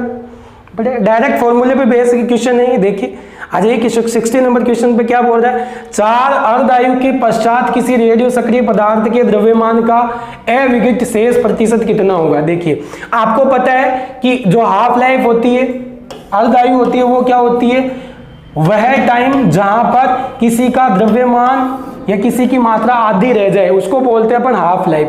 तो हाफ लाइफ कितने लेने हैं यहाँ पर अपने को 4 ले रहे हैं। तो फर्स्ट देखिए मैं इसको 100 मान लेता हूं, जो रेडियो सक्रिय पदार्थ दे रहे हैं उसकी जो मात्रा है वो कितनी मान लेता हूं 100। फर्स्ट अर्धआयु काल, देखिए फर्स्ट अर्धआयु काल ये कितना आ जाएगा बेटा 50। ठीक है, दूसरा अर्धआयु काल देखिए बेटा, दूसरा अर्धआयु काल कितना हो जाएगा बेटा 25। तीसरा अर्धआयु काल देखिए बेटा, तीसरा अर्धआयु काल देखिए आप कितना हो जाएगा 12.5। और चौथा अर्धआयु काल देखिए आप, जो फोर्थ अर्धआयु काल है उसमें देखिए कितना आ जाएगा 6.25%। तो 4 अर्धआयु काल में बाद में कितना बच जाएगा रेडियो सक्रिय पदार्थ 6.25 6.25%। ठीक है, तो राइट आंसर आएगा वो क्या आ जाएगा बी। अब ध्यान से देखिए यहाँ पर 100 से एक अर्धकाल में ये, दूसरे अर्धकाल में 25, तीसरे अर्धकाल में 12.5 और फोर्थ अर्धकाल में 6.25%। ठीक है, चलते हैं अगले क्वेश्चन की तरफ। देखिए आ जाइए बेटा क्वेश्चन नंबर 61 पर। क्या आता है, प्रकाश तरंगों की प्रकृति। देखिए प्रकाश तरंग जो होती है वो होती है अनचार्ज होती है बेटा। इसका मतलब इलेक्ट्रिक फील्ड और मैग्नेटिक फील्ड में ये क्या नहीं होती है, विचलित नहीं होती। मैग्नेटिक फील्ड और इलेक्ट्रिक फील्ड चुंबकीय क्षेत्र और विद्युत क्षेत्र में परिवर्तित नहीं होती। तो देखिए इनमें से कौन सी नहीं होती है, कैथोड रेज। नहीं बेटा कैथोड रेज तो होगी क्योंकि नेगेटिवली चार्ज होती है। यहाँ बात करें बीटा रेज, यस होगी, ये भी क्यों, क्योंकि किसके साथ में चेंज होगी, इलेक्ट्रिक फील्ड और मैग्नेटिक फील्ड में डेविएट होगी क्योंकि चार्ज पार्टिकल्स होते हैं। गामा रेज, यस बेटा गामा रेज की जैसी होती है क्योंकि अनचार्ज होती है। देखिए यहाँ पर अल्फा रेज नहीं, पॉजिटिवली चार्ज होती है। तो क्या आएगा इसमें, जो प्रकाश तरंगों की प्रकृति होती है गामा किरणों के समान होती है। इसका मतलब क्या होती है, अनचार्ज होती है और जो एनर्जी होती है वो क्या होती है बेटा, हाई होती है। ठीक है, चलते हैं अगले क्वेश्चन की तरफ। देखिए क्वेश्चन नंबर 62 पे देखिए क्या बोल रहा है, किसी नाइट्रोजन का नाभिक ये दे रखा है कि बंधन ऊर्जा। तो देखिए मैं बता देता हूं, जो बंधन ऊर्जा होती है किसी भी नाभिक की वो कितनी आती है बेटा, डेल एम अपॉन ए आती है। यहाँ डेल एम होता है मास डिफेक्ट, द्रव्यमान शक्ति क्या आती है बेटा, ये द्रव्यमान शक्ति, जबकि ये आता है मास, टोटल मास। ठीक है, तो जो द्रव्यमान शक्ति के डायरेक्टली प्रोपोर्शनल होगी। तो ऐसा तो कोई ऑप्शन इसमें दे नहीं रखा, आपने को केवल डेटा दे रखा है इनमें। तो जो नाइट्रोजन का मास देखो, ये जो नाइट्रोजन का मास दे रखा है वो कितना दे रखा है वो आपको देखना है बेटा। ठीक है, तो आप ये देखिए बेटा यहाँ पर, तो डेल एम जो होगा वो क्या आएगा बेटा, नेट मास जो न्यूक्लियस दिया उसका माइनस मास ऑफ ये प्रोटॉन और mass of proton plus neutron mass of neutron. ये तो इसमें से यदि माइनस कर देंगे तो अपने पास में क्या आ जाएगा बेटा, मास डिफेक्ट आ जाएगा। तो देखिए डेल एम बराबर क्या आ जाएगा, ये कितना दिया हुआ है बेटा अपने को, देखो 14.0037। ठीक है 307, ये कितना आ जाएगा माइनस, प्रोटॉन कितने बेटा इसमें 7 और प्रोटॉन का मास कितना दिया हुआ है 1.00783 प्लस न्यूट्रॉन कितने आ जाएंगे, देखिए इसमें 14 माइनस 7 बराबर 7, क्योंकि जो नंबर ऑफ न्यूट्रॉन होते हैं वो क्या होते हैं जेड, ए माइनस जेड, तो कितना आ जाएगा 7। तो 7 मल्टीप्लाई कितना आ जाएगा बेटा, देखिए 1.00867। आप यदि इन सबको कैलकुलेट करोगे तो जो डेल एम आएगा वो कितना आएगा, देखिए बेटा ये आएगा 14.00307 माइनस, इसको कैलकुलेट करोगे आप तो ये आएगा 14.1155। तो जो लास्ट में अपने पास में आंसर आ जाएगा बेटा वो क्या आ जाएगा 0.102 इसके समथिंग आएगा। तो देखिए कौन सा आएगा, ए इज राइट आंसर। ठीक है, तो मास डिफेक्ट के बराबर आएगा तो जो राइट आंसर क्या आएगा बेटा ए। ठीक है, चलते हैं अगले क्वेश्चन की तरफ। देखिए अच्छा ये बेटा देखिए 63 क्वेश्चन, नाभ की होलोकास्ट का अर्थ है। देखिए बेटा होलोकास्ट जो होता है वो क्या होता है साहब, बम या जो विनाशकारी जो चीजें अपन काम में लेते हैं, जो वेपन्स होते हैं हथियार बनाने के काम में आते हैं, वेपन्स बनाने के काम में आते हैं जो होलोकास्ट होते हैं वो वेपन्स। ठीक है, देख लीजिए ऑप्शन नंबर कौन सा दे रखा है, डी। देखिए नाभ के उद्योगों में प्रयोग से होने वाले विशाल तबाही, ठीक है नहीं, जो बम ब्लास्ट होते हैं उनके लिए अपन काम में लेते हैं ये वर्ड न्यूक्लियर होलोकास्ट। ठीक है, तो जो राइट आंसर आएगा वो क्या आएगा बेटा डी। ठीक है, चलते हैं अगले क्वेश्चन की तरफ। देखिए आ जाइए बेटा क्वेश्चन नंबर 64 की तरफ। देखिए क्वेश्चन नंबर 64 क्या बोलता है, फोटोवोल्टिक प्रभाव जो होता है, देखो फोटोवोल्टिक जो इफेक्ट होता है,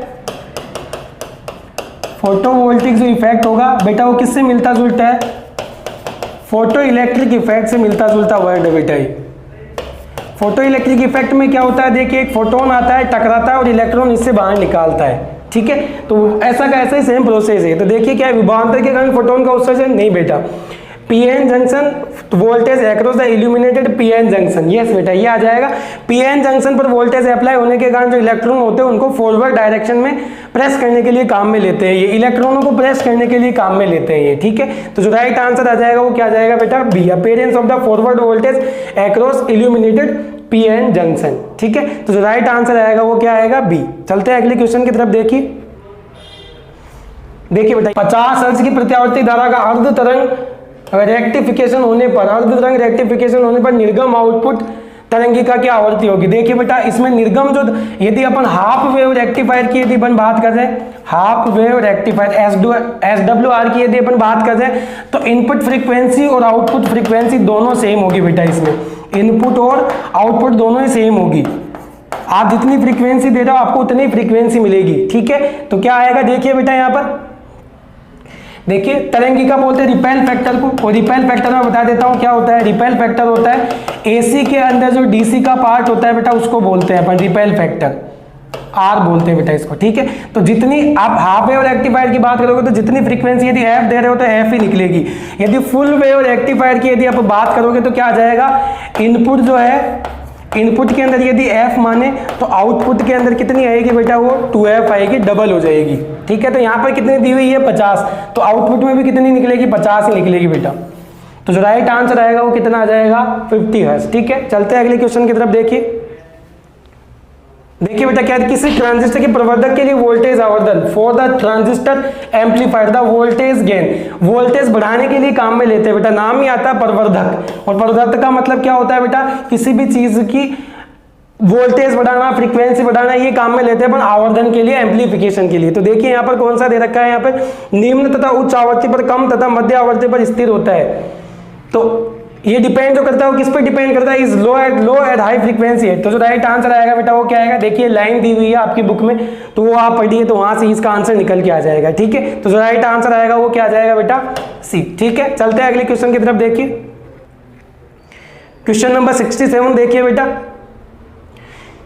स्काई तरंगों का प्रयोग करके क्षितिज के परे संचार के लिए निम्न में से कौन सी आवृत्ति की तरंगें उपयोग होती है। देखिए बेटा यदि अपन जो रेडिएशन होती है उनको यदि संचार करते हैं, एक जगह से दूसरी जगह अपन संचारित करते हैं, तो ये सीधे एक डेटा बनी हुई, एक टेबल बनी हुई है आपकी बुक के अंदर, उसमें देख लेना कि किसके लिए कौन सी फ्रीक्वेंसी की रेंज चाहिए। तो यहाँ पर जो अपने पास में आंसर आएगा वो क्या आ जाएगा, देखिए बेटा यहाँ पर ये डायरेक्ट आपको याद करने वाला क्वेश्चन है।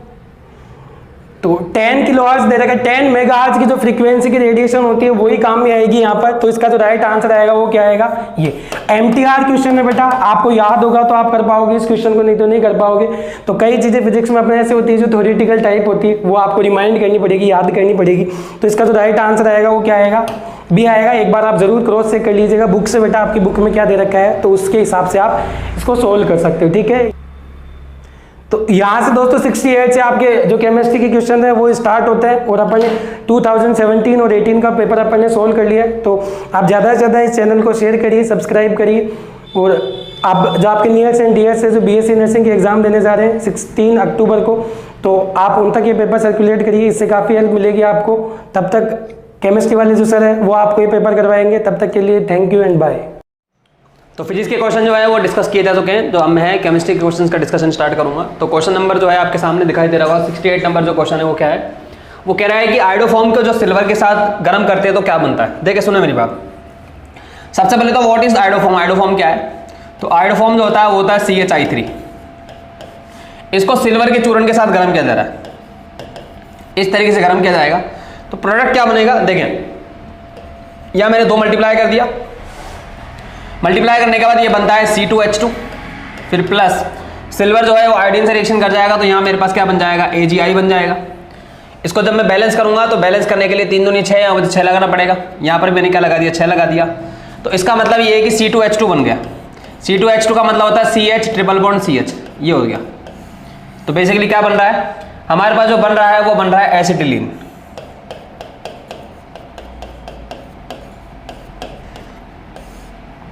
क्या बन रहा है, इसको बोलते हैं एसिटिलीन, बोलते हैं इसको, क्या बोलते हैं, एसिटिलीन, ठीक है। तो आंसर हो जाएगा एसिटिलीन। चलिए नेक्स्ट क्वेश्चन की तरफ बढ़ते हैं।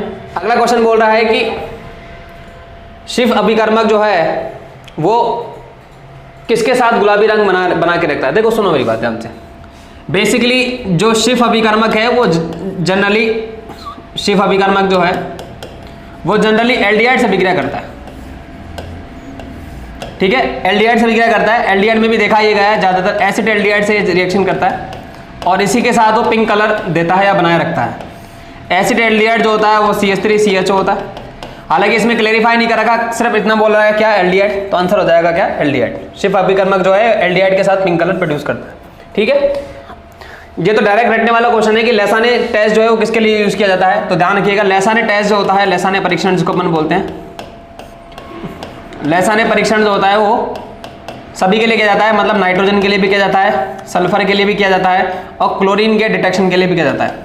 इन सभी के लिए हम क्या करते हैं, लैसाने परीक्षण कहते हैं। इसके बारे में किसी में डिटेल में बताऊंगा, बहुत सारे परीक्षण होते हैं। इसको बोलते हैं गुणात्मक और विश्लेषणात्मक परीक्षण, लैसाने परीक्षण होता है और बहुत सारे मेथड्स होते हैं इसके अंदर, अलग अलग टाइप के होते हैं, कुछ क्वांटिटी बताते हैं, कुछ क्वालिटी बताते हैं, ये अपन डिस्कशन करेंगे किसी बारे में। अभी तो पेपर सॉल्व करा रहे हैं, तो लैसाने परीक्षण जो होता है वो सभी के लिए किया जाता है, नाइट्रोजन, सल्फर और क्लोरीन। तो आंसर कौन सा हो जाएगा, उपरोक्त सभी आ जाएगा। इसमें नाइट्रोजन भी है, सल्फर भी और क्लोरीन भी है। ये कह रहा है which of the following polymer is stored in liver of animals. सुने मेरी बात ध्यान से। होता ये है कि एक तो आप लोगों ने पढ़ा होगा ग्लाइकोजन, एक तो आपने क्या पढ़ा होगा, ग्लाइकोजन, और एक हम पढ़ते हैं स्टार्च। हालांकि देखा ये गया है कि स्टार्च और ग्लाइकोजन में बेसिकली कोई अंतर नहीं होता। मैं स्टार्च के बारे में बता देता हूं। स्टार्च जो होता है वो दो घटकों से मिलकर बना होता है। कौन कौन से, एक तो किससे बना होता है, ये अमाइलोज से, और दूसरा जो होता है ये बना होता है अमाइलोपेक्टिन से। इन दोनों को मिलकर क्या बनाते हैं, स्टार्च बनाते हैं। माना यह जाता है कि जैसी स्टार्च की स्ट्रक्चर होती है वैसी ग्लाइकोजन की स्ट्रक्चर होती है, कोई भी अंतर नहीं होता। तो फिर अंतर क्या है, अंतर सिर्फ इतना है कि स्टार्च जो होता है ना, स्टार्च वो तो प्लांट का या पादपों का स्टोर फूड है, प्लांट स्टोर फूड है, यानी पादप का संग्रहित भोजन है। जबकि ग्लाइकोजन की अगर मैं बात करूंगा तो ग्लाइकोजन जो होता है वो एनिमल स्टोर फूड है। एनिमल स्टोर फूड जो किसके अंदर स्टोर होता है, एनिमल स्टोर फूड है, जो लीवर में स्टोर होता है। ध्यान रखिएगा ग्लाइकोजन और स्टार्च की स्ट्रक्चर में कोई अंतर नहीं है, बस अंतर इस बात का है कि एक प्लांट में स्टोर होता है और एक एनिमल में स्टोर होता है। ठीक है, वो किसके बारे में कह रहा है, वो लीवर कह रहा है, लीवर वो भी किसके, एनिमल के लीवर में कह रहा है। तो हमारे पास आंसर हो जाएगा वो कौन सा हो जाएगा, ग्लाइकोजन। ठीक है, यहां अगर कह देता प्लांट तो फिर मैं आंसर कह देता स्टार्च, तो हमारे पास हो जाएगा ग्लाइकोजन, आंसर हो जाएगा ग्लाइकोजन। ठीक है, एमाइलोज और अमाइलोपेक्टिन तो मैंने बता दिया, दोनों का कॉम्बिनेशन है, इन दोनों को मिलकर क्या बनाता है, स्टार्च बनाता है। ठीक है, नेक्स्ट कह रहा है कि NiCO4 में निकल का संकरण क्या होगा। देखिए सुने मेरी बात ध्यान से, संकरण कैसे निकालेंगे, यह लिखा हुआ है NiCO4। आप लोगों को पता है कि निकल जो होता है उसका परमाणु क्रमांक 28 नंबर पे आता है। इसका विन्यास भरेंगे तो 1s2 2s2 2p6 3s2 3p6, इसके बाद आता है 4s2, फिर आएगा 3d8। इसको मैं अरेंज कर लेता हूं, 1s2 2s2 2p6, फिर आएगा 3s2 3p6, इसके बाद आएगा 3d8 और फिर आएगा 4s2। 3d8 में अगर मैं बात करूंगा, पहले ऑक्सीजन अंक निकाल लेते हैं, काम करते हैं। अगर आप इसका ऑक्सीजन अंक निकालोगे, देखिए इसका ऑक्सीजन अंक निकालोगे तो x 0 होता है, इसका 0 × 4 बराबर 0, यानी x बराबर कितना आएगा 0। इसका मतलब ये है कि निकल पे कोई भी आवेश नहीं है, तो विन्यास अभी भी यही होगा, कौन सा वाला, इस यहां तक तो मैं लिख देता हूं आर्गन, यहां तक तो आर्गन लिख देता हूं। इसके बाद लास्ट में क्या बच गया 3d8 और यहाँ मेरे पास क्या बच गया 4s2। 3d8 की बात करेंगे, 3d8 में कितने इलेक्ट्रॉन है 8, तो 1 2 3 4 5 6 7 8, और 4s2 में कितने इलेक्ट्रॉन है 2। अब जैसा कि आपको पता है जो CO होता है वो एक स्ट्रॉन्ग लिगेंड होता है। कैसा लिगेंड होता है, स्ट्रॉन्ग लिगेंड, मतलब प्रबल लिगेंड होता है। तो प्रबल लिगेंड आपको पता है कि क्या करवाता है, पेयरिंग, पेयरिंग बोले तो युग्मन करवाता है। क्या करवाता है, युग्मन। तो यहाँ पर पेयरिंग होगी या युग्मन होगा, जिसकी वजह से यहाँ पर आ जाएगा। जैसे ही यहाँ पर आएगा तो होगा ये कि यहाँ पर 1 2 3 4 5 6 ये खाली रह जाएगा, तो यहाँ से 4s के जो इलेक्ट्रॉन है वो भी यहाँ पर शिफ्ट हो जाएंगे। तो फाइनली मेरे पास क्या आ जाएगा, देखो सारे के सारे जो है पेयरिंग हो जाएंगे, 1 2 3 4 5 6 7 8 9 10। तो सब अगर पेयर हो गए तो क्या बच गया, देखें यहाँ पे ये तो हो गया 3D के जो सारे के सारे पेयरिंग में आ गए, 1 2 3 4 5 6 7 8 9 10। अब कितने खाली डब्बे छोड़ने, मतलब कितने वैकेंट ऑर्बिटल छोड़ने, तो बेसिकली हमारे को 4 वैकेंट ऑर्बिटल छोड़ने। आप बोलेंगे 4 ही क्यों छोड़ने, 4 इसलिए छोड़ने हम लोगों को क्योंकि इसका कारण है CO के ब्रैकेट के बाहर 4 लिखा हुआ है, यानी इसकी समन्वय संख्या या कोऑर्डिनेशन नंबर 4 है। आपने पढ़ा होगा उतने ही वैकेंट ऑर्बिटल या उतने ही खाली कक्षक छोड़े जाते हैं जितने समन्वय संख्या होती है या कोऑर्डिनेशन नंबर होती है। तो 4 कोऑर्डिनेशन नंबर है, एक S का हो गया और 3 किसके हो गए, P के हो गए। तो इसका मतलब है NiCO4 का जो संकरण हो जाएगा वो sp3 हो जाएगा, पहला पॉइंट। दूसरा, इसके पास अयुग्मित इलेक्ट्रॉन की संख्या 0 है, इसका मतलब ये जो मॉलिक्यूल होगा कैसा हो जाएगा, डाई मैग्नेटिक। डाई मैग्नेटिक का मतलब होता है प्रतिचुंबकीय। क्या हो जाएगा, प्रतिचुंबकीय। तो आंसर कौन सा हो जाएगा, sp3। ठीक है, चलिए ये कह रहा है कि most common state in lanthanoid. देखिए लेंथेनॉइड की जो सबसे कॉमन स्टेट होती है आपको पता होगा, लेंथेनॉइड की सबसे कॉमन स्टेट होती है +3। लेकिन ऐसा नहीं कि +3 +4 वाले नहीं होते हैं कुछ, जैसे सीरियम होता है, सीरियम +4 शो करता है। ये पूछ रहा है सबसे ज्यादा कौन सी शो करते हैं, तो सबसे ज्यादा कौन सी शो करते हैं +3, लेकिन सीरियम जो होता है वो +4 भी दर्शा सकता है, ठीक है। तो ये लेंथेनॉइड की सामान्य अवस्था हो जाएगी +3, ये हो जाएगी मेरे पास क्या +3। अच्छा लेंथेनॉइड किसको कहते हैं, जो 4f सीरीज वाले या 4f श्रेणी वाले तत्व होते हैं उनको लेंथेनॉइड सीरीज कहते हैं। ये कौन से आवर्त में आती है, छठे आवर्त में आती है। कुल मिला के इसमें एलिमेंट की बात करेंगे तो 14 होंगे। एक एक्टेनॉइड सीरीज होती है जो 5f श्रेणी में आती है, 5f श्रेणी में आती है। ये जो होती है वो 7वें आवर्त में होती है, 7वें आवर्त में, और इसके अंदर भी कुल तत्व कितने होंगे 14, इसलिए एफ ब्लॉक में कुल तत्व कितने होते हैं 28, टोटल तत्व पूछो तो 28 हो जाएंगे, ठीक है। चलिए क्वेश्चन नंबर 74 देखते हैं हम लोग। प्लेटिनम अम्लराज में घुलने पर क्या बनाता है। सबसे पहले ये देखते हैं कि एक्वारेजिया क्या होता है। एक्वारेजिया आपने सुना होगा, एक्वारेजिया हम किसको कहते हैं, अगर आपको ध्यान हो तो। एक्वारेजिया जो है हम लोग कहते हैं HCl और HNO3 के मिश्रण को हम लोग एक्वारेजिया कहते हैं। इसका दूसरा नाम रॉयल वाटर भी होता है। क्या होता है, रॉयल वाटर। अब यहां पर ये होता है कि 3 मॉलिक्यूल तो होते हैं HCl के, और एक मॉलिक्यूल जो होता है वो होता है, एक मॉलिक्यूल जो होता है वो किसका होता है, HNO3 का। एक मॉलिक्यूल जो होता है वो होता है HNO3 का। इन दोनों के कॉम्बिनेशन को हम कहते हैं एक्वारेजिया, और इस एक्वारेजिया का दूसरा नाम मैंने बता दिया था, रॉयल वाटर भी होता है। अब ये होता है कि देखा ये गया है कि जैसे गोल्ड हो गया, प्लेटिनम हो गया, ये जनरली है ना किसी के अंदर नहीं घुलते, किसी के अंदर डिजोल्व नहीं होते, लेकिन रॉयल वाटर के अंदर जो होते हैं ये डिजोल्व हो जाते हैं, यानी पूरी तरीके से घुल जाते हैं रॉयल वाटर के अंदर गोल्ड और प्लेटिनम। तो पहली बात तो ये समझ में आ गई, गोल्ड और प्लेटिनम एक्वारेजिया में घुलते हैं। अब घुलने के बाद क्या बनाएंगे, तो देखें प्लेटिनम जो होगा वो किसके अंदर, 3 मॉलिक्यूल HCl के अंदर और एक मॉलिक्यूल HNO3 के अंदर घुलकर ये क्या बना लेता है, ये बना लेता है H2PtCl6 बना लेता है। ये बन जाएगा H2PtCl6 बन जाएगा। तो देखते हैं ऐसा कोई ऑप्शन दिया गया, ध्यान रखिएगा गोल्ड भी जो है वो भी रिएक्शन कर लेता है इसके साथ, गोल्ड और प्लेटिनम, ठीक है। H2PtCl6, हाँ बिल्कुल सही है। ये याद रखना एक्वारेजिया किसको कहते हैं, 3 मॉलिक्यूल ऑफ HCl और एक मॉलिक्यूल ऑफ HNO3, ठीक है। चलिए नेक्स्ट क्वेश्चन की तरफ बढ़ते हैं। आगे कह रहा है कि C2H2 में सिग्मा और पाई बंधों की संख्या क्या होगी। देखो अगर मैं C2H2 की स्ट्रक्चर बनाऊंगा तो ऐसी बनती है HC ट्रिपल बॉन्ड C और यहाँ पर H। आपको पता होगा कि अगर सिंगल बंध है तो एक तो सिग्मा होता है, 0 पाई होते हैं, 2 बंधे हैं तो 1 सिग्मा और 1 पाई, 3 बंधे हैं तो इसका मतलब 1 सिग्मा और 2 पाई, मतलब सिग्मा तो एक ही होता है हमेशा। यहाँ पर सिग्मा, यहाँ पर सिग्मा, यहाँ पर सिग्मा, तो टोटल मिला के 3 तो हो गए सिग्मा, और 3 बंधे मतलब 3 पाई बॉन्ड है, तो पाई बॉन्ड कितने हो जाएंगे, 2, 3 बंधों में 2 पाई बॉन्ड हो जाते हैं, तो 3 सिग्मा और 2 पाई होंगे इसके अंदर। आंसर क्या आ जाएगा, 3 सिग्मा और 2 पाई, ठीक है। ये हो जाएगा हमारे पास चौथा आंसर। अगला कह रहा है कि टीयर गैस क्या होती है। देखो अश्रु गैस जो होता है उसको कहते हैं हम क्लोरोपिक्रीन।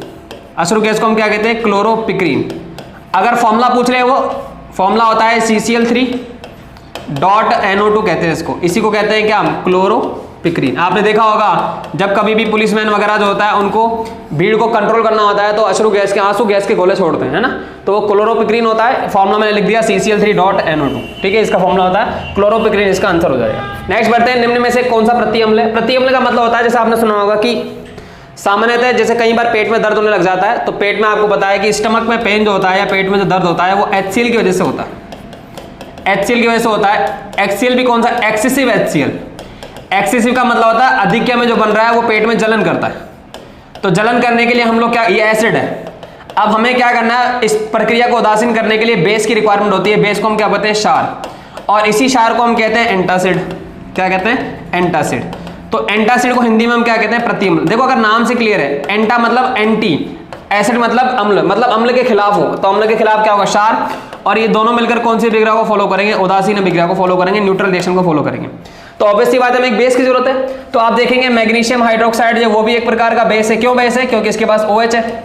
एल्यूमिनियम हाइड्रोक्साइड भी एक प्रकार का बेस हो गया, और इवन मैग्नीशियम कार्बोनेट जो था वो भी बेस होता है। ये बनता है ऐसे, मैग्नीशियम हाइड्रोक्साइड प्लस किससे बनता है, H2CO3 से बनता है। तो मैग्नीशियम हाइड्रोक्साइड फिर से बेस आ गया, तो आंसर कौन सा आ जाएगा, उपरोक्त सभी। वो सभी क्षार क्या कहलाएंगे, एंटासिड कहलाएंगे, मतलब प्रति-अम्ल कहलाएंगे, ठीक है। चलिए नेक्स्ट क्या कह रहा है कि ठोस एल्कलाई धातु हैलाइड में, ठोस एल्कलाई धातु हैलाइड में रंग का प्रदर्शन करता है। The appearance of colour in solid alkali metals. आपने सुना होगा, एक टॉपिक पढ़ा होगा आपने सॉलिड स्टेट में, एफ सेंटर। एफ सेंटर की वजह से क्रिस्टल्स के अंदर कलर होता है, एफ सेंटर की वजह से क्रिस्टल में कलर होता है। और अगर आपने एनसीईआरटी को अच्छी तरह पढ़ा होगा तो वहां पर लिखा भी हुआ है कि LiCl का कलर जो होता है वो पिंक मान लिया जाता है, NaCl का जो कलर होता है वो येलो मान लिया जाता है, और तीसरा KCl का जो कलर है वो वॉयलेट मान लिया जाता है, बैंगनी मान लिया जाता है। तो कम से कम आप इन तीनों कलर को तो याद कर लो, क्योंकि एनसीईआरटी में गिवन है तीनों कलर। और इसी को हम क्या बोलते हैं, एफ सेंटर बोलते हैं। एफ सेंटर बनता कैसे, मैं ये भी बता देता हूँ थोड़ा सा। आपको पता होना चाहिए कि यहाँ से जैसे मान लेते हैं मेरे पास एक B- नाम का एनायन है, तो आपको पता है कि एनायन जो होता है ना वो तो क्रिस्टल से बाहर चला जाता है। अब एनायन जब क्रिस्टल से बाहर चला जाएगा तो उसके जगह पर एक इलेक्ट्रॉन आ जाता है, इसी इलेक्ट्रॉन को हम क्या बोलते हैं, एफ सेंटर बोलते हैं। क्या बोलते हैं इसको, एम सेंटर बोलते हैं। ठीक है, चलिए आगे बढ़ते हैं। अगला कह रहा है कि COEnCl2 में कितने आइसोमर्स हो सकते हैं। ये थोड़ा जो क्वेश्चन है मुझे कंफ्यूजन या कॉन्ट्राडिक्शन लग रहा है, मैं एक बार बता देता हूं। होता ये है कि अब इसने किस बेसिस पे ऑप्शन दिए मुझे समझ में आया। COEn2Cl2 है, ये 2 GI शो करता है। सुनना ध्यान से मेरी बात, 2 GI मतलब ज्यामिति समवेता। इसमें एक तो होता है सिस और दूसरा होता है मेरे पास ट्रांस। मैं सिस और ट्रांस बना के दिखाता हूं पहले। तो सिस जो होगा वो इस तरीके से बन जाएगा, ये हो जाएगा मेरे पास सिस, ये तो हो गया सिस। इसका यदि मैं ट्रांस बनाऊंगा तो ये मेरे पास ट्रांस बना दिया मैंने।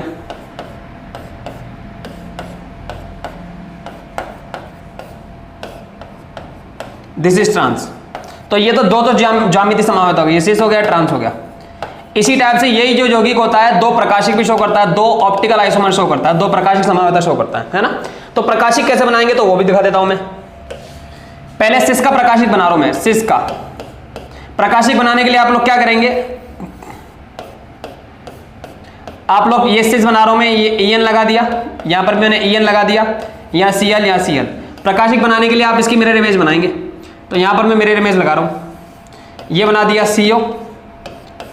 अब मिरर इमेज बनाएंगे तो ये उधर चला जाएगा, ये जो है ये इधर की तरफ है तो इधर आ जाएगा, Cl इधर वाला यही रहेगा, इधर वाला। तो देखिए अब आपने पढ़ा होगा कि प्रकाशिक समावेता को दर्शाने के लिए अपन अध्यारोपण या ओवरलैपिंग करवाते हैं। इसको उठा के ऐसे रखें तो ये यहां पर ओवरलैपिंग नहीं होगी, मतलब अध्यारोपण नहीं होगा पूरी तरीके से। अगर अध्यारोपण नहीं होगा तो इसका मतलब ये यौगिक जो है प्रकाशिक सक्रिय है, OI है, सिस प्रकाशिक सक्रिय होता है। अगर मैं इसी यौगिक का ट्रांस बनाऊंगा, तो अगर मैं इसका ट्रांस बनाऊंगा तो आप देखेंगे, ये मैं ट्रांस बना रहा हूं अब की बार, ये मैंने बना दिया ट्रांस। अब इसके सामने भी मैं मिरर रख रहा हूं, तो जब मैं इसके सामने मिरर रखूंगा तो आप देखेंगे मिरर रखने के बाद देखो ये इधर आ जाएगा, ये इधर आ जाएगा, तो यहां पर ये नहीं रहेगा, इधर भी ये नहीं रहेगा, यहाँ Cl रहेगा, यहाँ Cl रहेगा। अब उठा के इसको रखेंगे तो ये अध्यारोपण हो गया, यानी पूर्ण रूप से ओवरलैपिंग हो गई। यदि इसमें अध्यारोपण हो गया है ना, अध्यारोपण हो गया, इसका मतलब ये है कि ये OI शो नहीं करेगा। अब यह विरोधाभास है। अगर मैं स्ट्रक्चर के बेसिस पे देखूं तो टोटल 4 बन रही है, कौन कौन सी, 2 GI और 2 OI। लेकिन असली में आइसोमर तो 3 ही हुए ना, आइसोमर तो कितने हो गए, 3। कैसे, एक तो सिस और एक इसकी प्रकाशिक इमेज।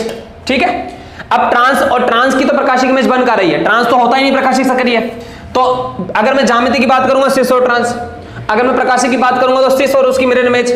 तो ओवरऑल तो 4 बन रहे, लेकिन काउंटेबल तो 3 ही है ना आंसर। अब इसने आंसर किस बेसिस पे दिया मुझे समझ में आया। या ऑप्शन में 2 दिया हुआ है, 4 दिया हुआ है, 6 दिया हुआ है और 1 दिया हुआ है। तो अब पूरी तरीके से माना गया तो 2 और 2 4 हो गया, लेकिन एक स्ट्रक्चर दोनों में कॉमन है। कैसे, सिस और ट्रांस, सिस की मिरर इमेज, ट्रांस की मिरर इमेज तो बनेगी नहीं। तो आंसर मेरे हिसाब से 3 ही आना चाहिए था, लेकिन इसने 4 दिया हुआ, तो आप देख लीजिएगा, मैं बता देगा। 3 मैंने बता दिया कैसे आए, एक स्ट्रक्चर दोनों में कॉमन होगी और एक स्ट्रक्चर काउंट नहीं होगी, तो टोटल 3 ही होगी। ठीक है, फॉस्जीन का अणुसूत्र क्या है। पहली बात तो फॉस्जीन कैसे बनती है, अगर आपको पता होगा थोड़ा सा कि क्लोरोफॉर्म जो होता है उसको अगर मैं खुला छोड़ दूं तो वो जहरीली गैस बनाता है, इसको अपन बोलते हैं फॉस्जीन, जिसका फॉर्मूला आता है COCl2। इसलिए जब भी क्लोरोफॉर्म को रखा जाता है तो एक तो कलर बोतल में रखा जाता है और दूसरा एयर टाइट करके रखा जाता है, एयर टाइट। और ये फॉस्जीन गैस जो होती है पॉइजनस होती है, जहरीली गैस होती है। ठीक है, तो COCl2 इसका आंसर हो जाएगा, COCl2। ये PS3 फॉस्जीन नहीं होती, इसको अपन फॉस्फीन कहते हैं। अंतर है भैया, वो फॉस्जीन है, ये फॉस्फीन है। ये फॉस्जीन के बारे में पूछ रहा है। ठीक है, ये कह रहा है कि जब सेलुलोज को तनु एस्टर वर्ग से तोला जाता है तो अंतिम उत्पाद क्या होता है। देखिए सबसे पहले हम बात करते हैं कि सेलुलोज होता क्या है। सेलुलोज जो होता है वो आपको पता होगा कि जितने भी प्लांट होते हैं उनकी सेल वॉल या कोशिका भित्ति में पाया जाता है, पहला पॉइंट। दूसरा, सेलुलोज है क्या? सेलुलोज एक प्रकार का पॉलीमर है। पॉलीमर मतलब बहुलक है। किसका पॉलीमर है? तो पॉलीमर जो होता है ये बीटा डी ग्लूकोज का पॉलीमर होता है। किसका पॉलीमर होता है? बीटा डी ग्लूकोज का। तो ऑब्वियस सी बात है, अगर आप सेलुलोज के टुकड़े करेंगे तो आपको क्या मिलेगा? सेलुलोज के टुकड़े करेंगे तो बीटा डी ग्लूकोज ही तो मिलेगा। इसका मतलब है सेलुलोज टूटने पर क्या बनाता है? ग्लूकोज बनाता है। तो अब यही तो कह रहा है कि अगर सेलुलोज को मैं तनु H2SO4 से रिएक्शन कराऊंगा कंसंट्रेटेड H2SO4 से, तो जैसे ही टूटेगा किस में टूट जाएगा? बीटा डी ग्लूकोज में। सही है, तो इसका अंतिम उत्पाद क्या हो जाएगा? ग्लूकोज ही तो होगा, क्योंकि ग्लूकोज, बहुत सारे ग्लूकोज के मॉलिक्यूल मिलकर क्या बना रहे हैं? सेलुलोज बनाते हैं। ठीक है, बात समझ में आ गई? तो आंसर जो आएगा अल्टीमेट ग्लूकोज ही आएगा। चलिए, निम्न में से किसमें म्यूस का मान अधिकतम? म्यूस का मतलब होता है चुंबकीय आघूर्ण, बेसिकली मैग्नेटिक मोमेंटम होता है इसका मतलब। तो चुंबकीय आघूर्ण आपको पता है कि किसमें निर्भर करता है? चुंबकीय आघूर्ण निर्भर करता है अयुग्मित इलेक्ट्रॉन की संख्या पर। अयुग्मित इलेक्ट्रॉन की संख्या पर निर्भर करता है, नंबर ऑफ अनपेयर्ड इलेक्ट्रॉन्स पर डिपेंड करता है। नंबर ऑफ अनपेयर्ड इलेक्ट्रॉन्स पर डिपेंड करता है। कैसे निकालते हैं अनपेयर्ड इलेक्ट्रॉन? और फॉर्मूला क्या होता है? Mu under root n n plus 2 होता है फॉर्मूला तो, लेकिन इसकी जरूरत पड़ने वाली नहीं है क्योंकि हमें तो बस अनपेयर्ड इलेक्ट्रॉन चेक करने। सबसे पहले Fe+2 में अनपेयर्ड इलेक्ट्रॉन निकालूंगा, तो Fe+2 जो होता है वो 26 नंबर पे आता है। इसका विन्यास तो होना चाहिए 3d6 4s2, लेकिन 2 इलेक्ट्रॉन निकल गए तो बचेगा 3d6। 3d6 का मतलब हो जाएगा कितने इलेक्ट्रॉन हो जाएंगे? 1 2 3 4 5 6, यानी इसके पास 4 अनपेयर्ड इलेक्ट्रॉन है। तो मैं यहाँ लिख देता हूँ इसके ब्रैकेट में n बराबर 4 है। फिर इसका लिख दिया मैंने n बराबर 4 आएगा। फिर Cr+3 का निकालूंगा, तो Cr+3 24 नंबर पे आता है। विन्यास होना चाहिए 3d5 और 4s1। 3 निकालें, एक यहाँ से निकलेगा, 2 यहाँ से निकलेगा, तो 3d3 बच जाएगा। 3d3 का मतलब यहाँ पर जो अनपेयर्ड इलेक्ट्रॉन आएंगे वो केवल 3 आएंगे, 1 2 और ये 3। तो यहाँ लिख देता हूँ इसके ब्रैकेट में n बराबर 3 आएगा। फिर Fe+3 की अगर मैं बात करूंगा, देखिए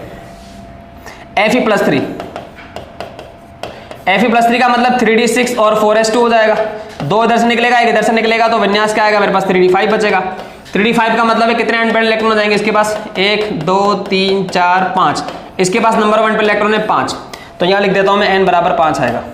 कोबाल्ट 27 नंबर पे आता है। कोबाल्ट का विन्यास जो हो जाएगा वो होता है 3d7 और 4s2। 2 इलेक्ट्रॉन निकालने हैं तो 3d7 बचेगा।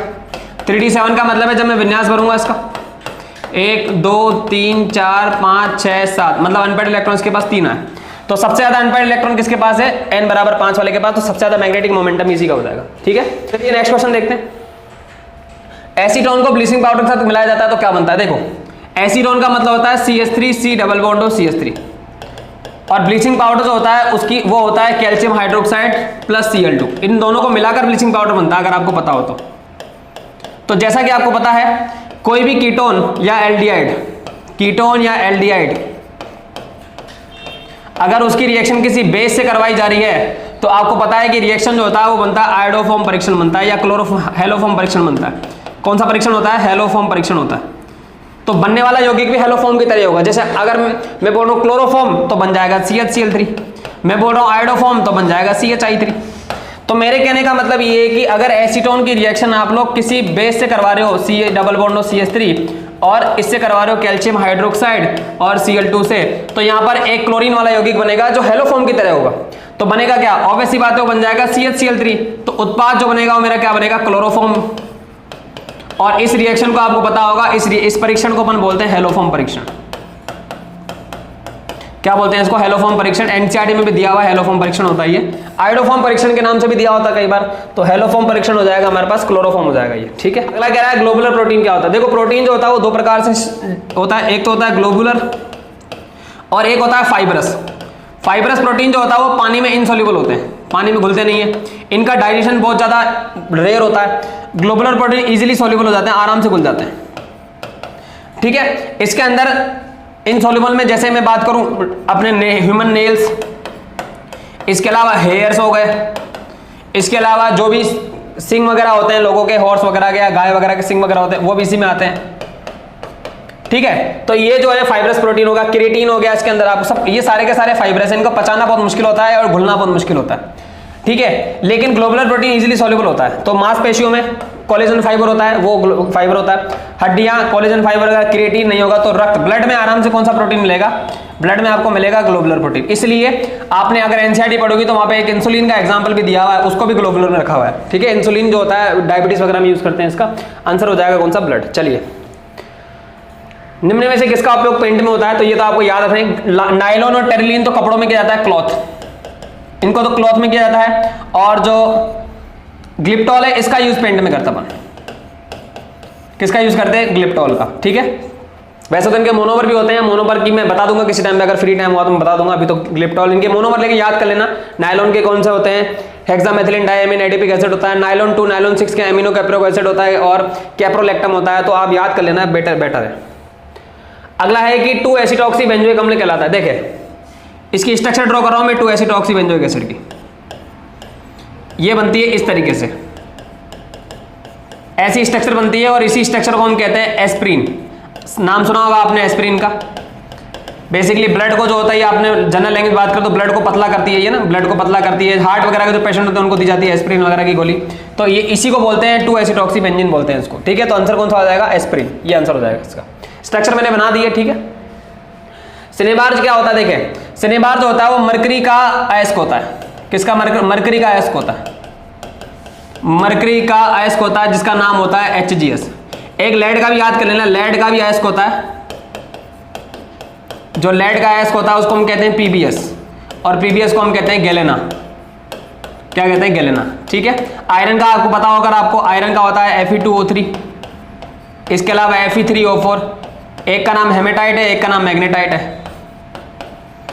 Haematite, magnetite. ठीक है, बहुत सारे होते हैं होने को, तो अभी तो सिनेबार ही पूछ रहा है, तो सिनेबार किसका हो जाएगा? मरकरी का हो जाएगा। ठीक है, चलिए इनऑर्गेनिक बेंजीन क्या होता है आपको पता होगा। इनऑर्गेनिक बेंजीन जो होता है ऐसा स्ट्रक्चर होता है इनऑर्गेनिक बेंजीन का, बी एंड जस्ट लाइक है,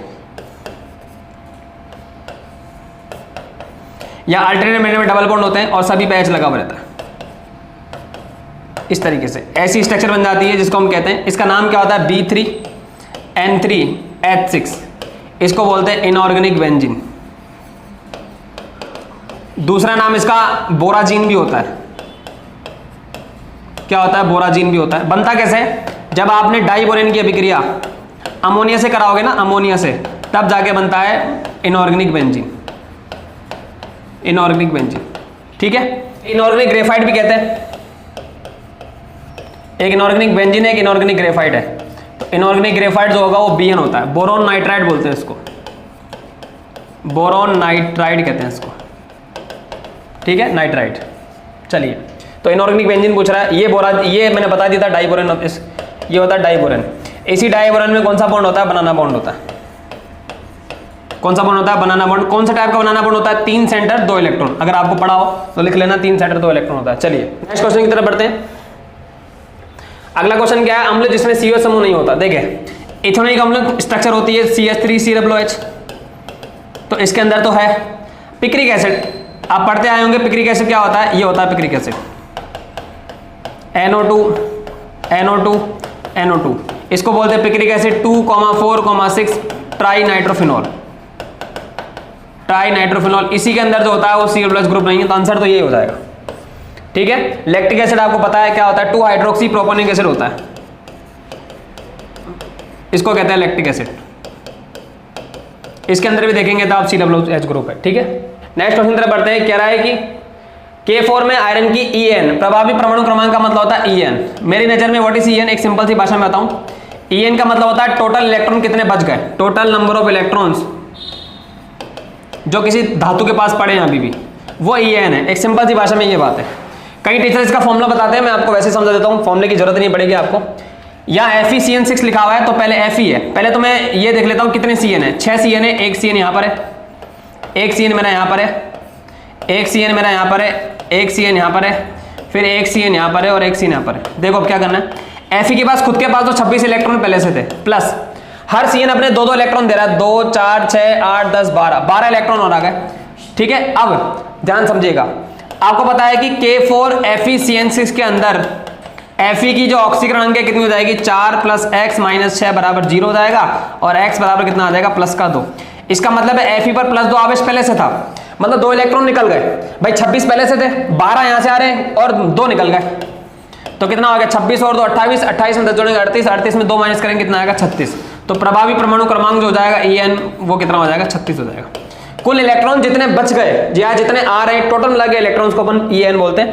आंसर कितना हो जाएगा? 36 हो जाएगा। चलिए नेक्स्ट क्वेश्चन बोलते हैं, what is chelate ligand. Chelate ligand आपको बताया कि जो बाइडेंटेड लिगेंड होते हैं या पॉलीडेंटेड लिगेंड होते हैं, बाइडेंटेड या कौन से वाले, पॉलीडेंटेड। बाइडेंटेड या पॉलीडेंटेड लिगेंड्स होते हैं वो जब धातु को अपने इलेक्ट्रॉन पे डोनेट करते हैं तो एक रिंग जैसी संरचना बनाते हैं, वलय संरचना बनाते हैं, रिंग लाइक स्ट्रक्चर। इसी रिंग लाइक स्ट्रक्चर को हम क्या कहते हैं, किलेट कहते हैं। जैसे अब ऑक्सिलेट की बात करेंगे तो ये ऑक्सिलेट की स्ट्रक्चर होती है, that is the structure of oxalate. अब इसमें ये जब धातु को अपने इलेक्ट्रॉन पे डोनेट करेगा तो आप देखेंगे एक वलय जैसी संरचना बन गई इस तरीके से, ये रिंग लाइक स्ट्रक्चर बन गई, इसी को अपन बोलते हैं किलेट बोलते हैं। जो बाइडेंटेड है, साइनाइड जो होता है वो मोनोडेंटेड होता है, एसीटेट जो होता है ये भी मोनोडेंटेड होता है, अमोनिया भी जो होता है वो भी मोनोडेंटेड होता है, लेकिन ऑक्सिलेट जो होता है वो कैसा डेंटेड होता है, बाइडेंटेड होता है। तो बाइडेंटेड वाले ही बनाएंगे, ध्यान रखना। तो आंसर कौन सा हो जाएगा, ऑक्सिलेट हो जाएगा। विटामिन B12 में आपको पता है विटामिन B12 जो होता है उसको साइनोकोबालामीन बोलते हैं। क्या कहते हैं इसको, साइनोकोबालामीन। और इस साइनोकोबालामीन में धातु जो होती है वो कोबाल्ट होती है। कौन सी होती है, कोबाल्ट। आंसर कौन सा हो जाएगा, कोबाल्ट। निर्जल AlCl3 का उपयोग किसमें करते हैं, अगर आपको पता होगा कि जैसे मेरे पास मान लेते हैं ये लिखा हुआ है फिनॉल लिखा हुआ है, अगर आपको बताओ इसकी रिएक्शन होती है, जैसे मान लेते हैं CH3Cl/AlCl3 से करवाते हैं, तो आपको पता है कि AlCl3 एक प्रकार का लुईस एसिड है, और ऐसी रिएक्शन जिसमें लुईस एसिड यूज होता है उसको हम कहते हैं फ्रीडेल क्राफ्ट रिएक्शन। क्या कहते हैं, फ्रीडेल क्राफ्ट रिएक्शन। सही है। जनरली फ्रीडेल क्राफ्ट रिएक्शन जो होते हैं एनिलीन जो होता है वो फ्रीडेल क्राफ्ट रिएक्शन नहीं देता, ये याद कर लीजिएगा। एनिलीन एकमात्र ऐसा यौगिक है, और भी है बहुत सारे तो, पर फिलहाल तो एनसीईआरटी के हिसाब से एनिलीन जो होता है वो फ्रीडेल क्राफ्ट अभिक्रिया नहीं देता, फ्रीडेल क्राफ्ट अभिक्रिया नहीं देता। ठीक है, तो फ्रीडेल क्राफ्ट में इसका यूज करेंगे, आंसर हो जाएगा फ्रीडेल क्राफ्ट, बिल्कुल सही। आगे क्या है, एल्डिहाइड किसमें रजत दर्पण दे देता है, आपको पता होगा। टोलेंट रिएजेंट का नाम आपने सामने सुना होगा, Tollens reagent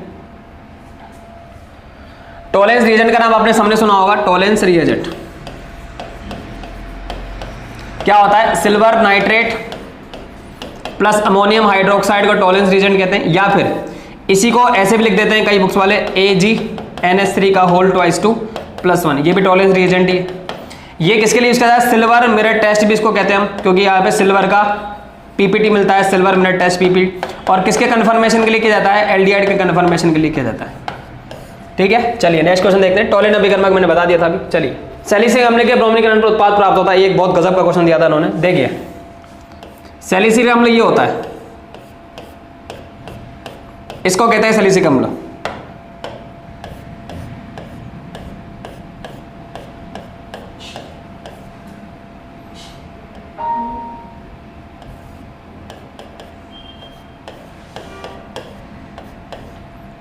this is salicylic अम्ल, ऐसा मान सकते हैं।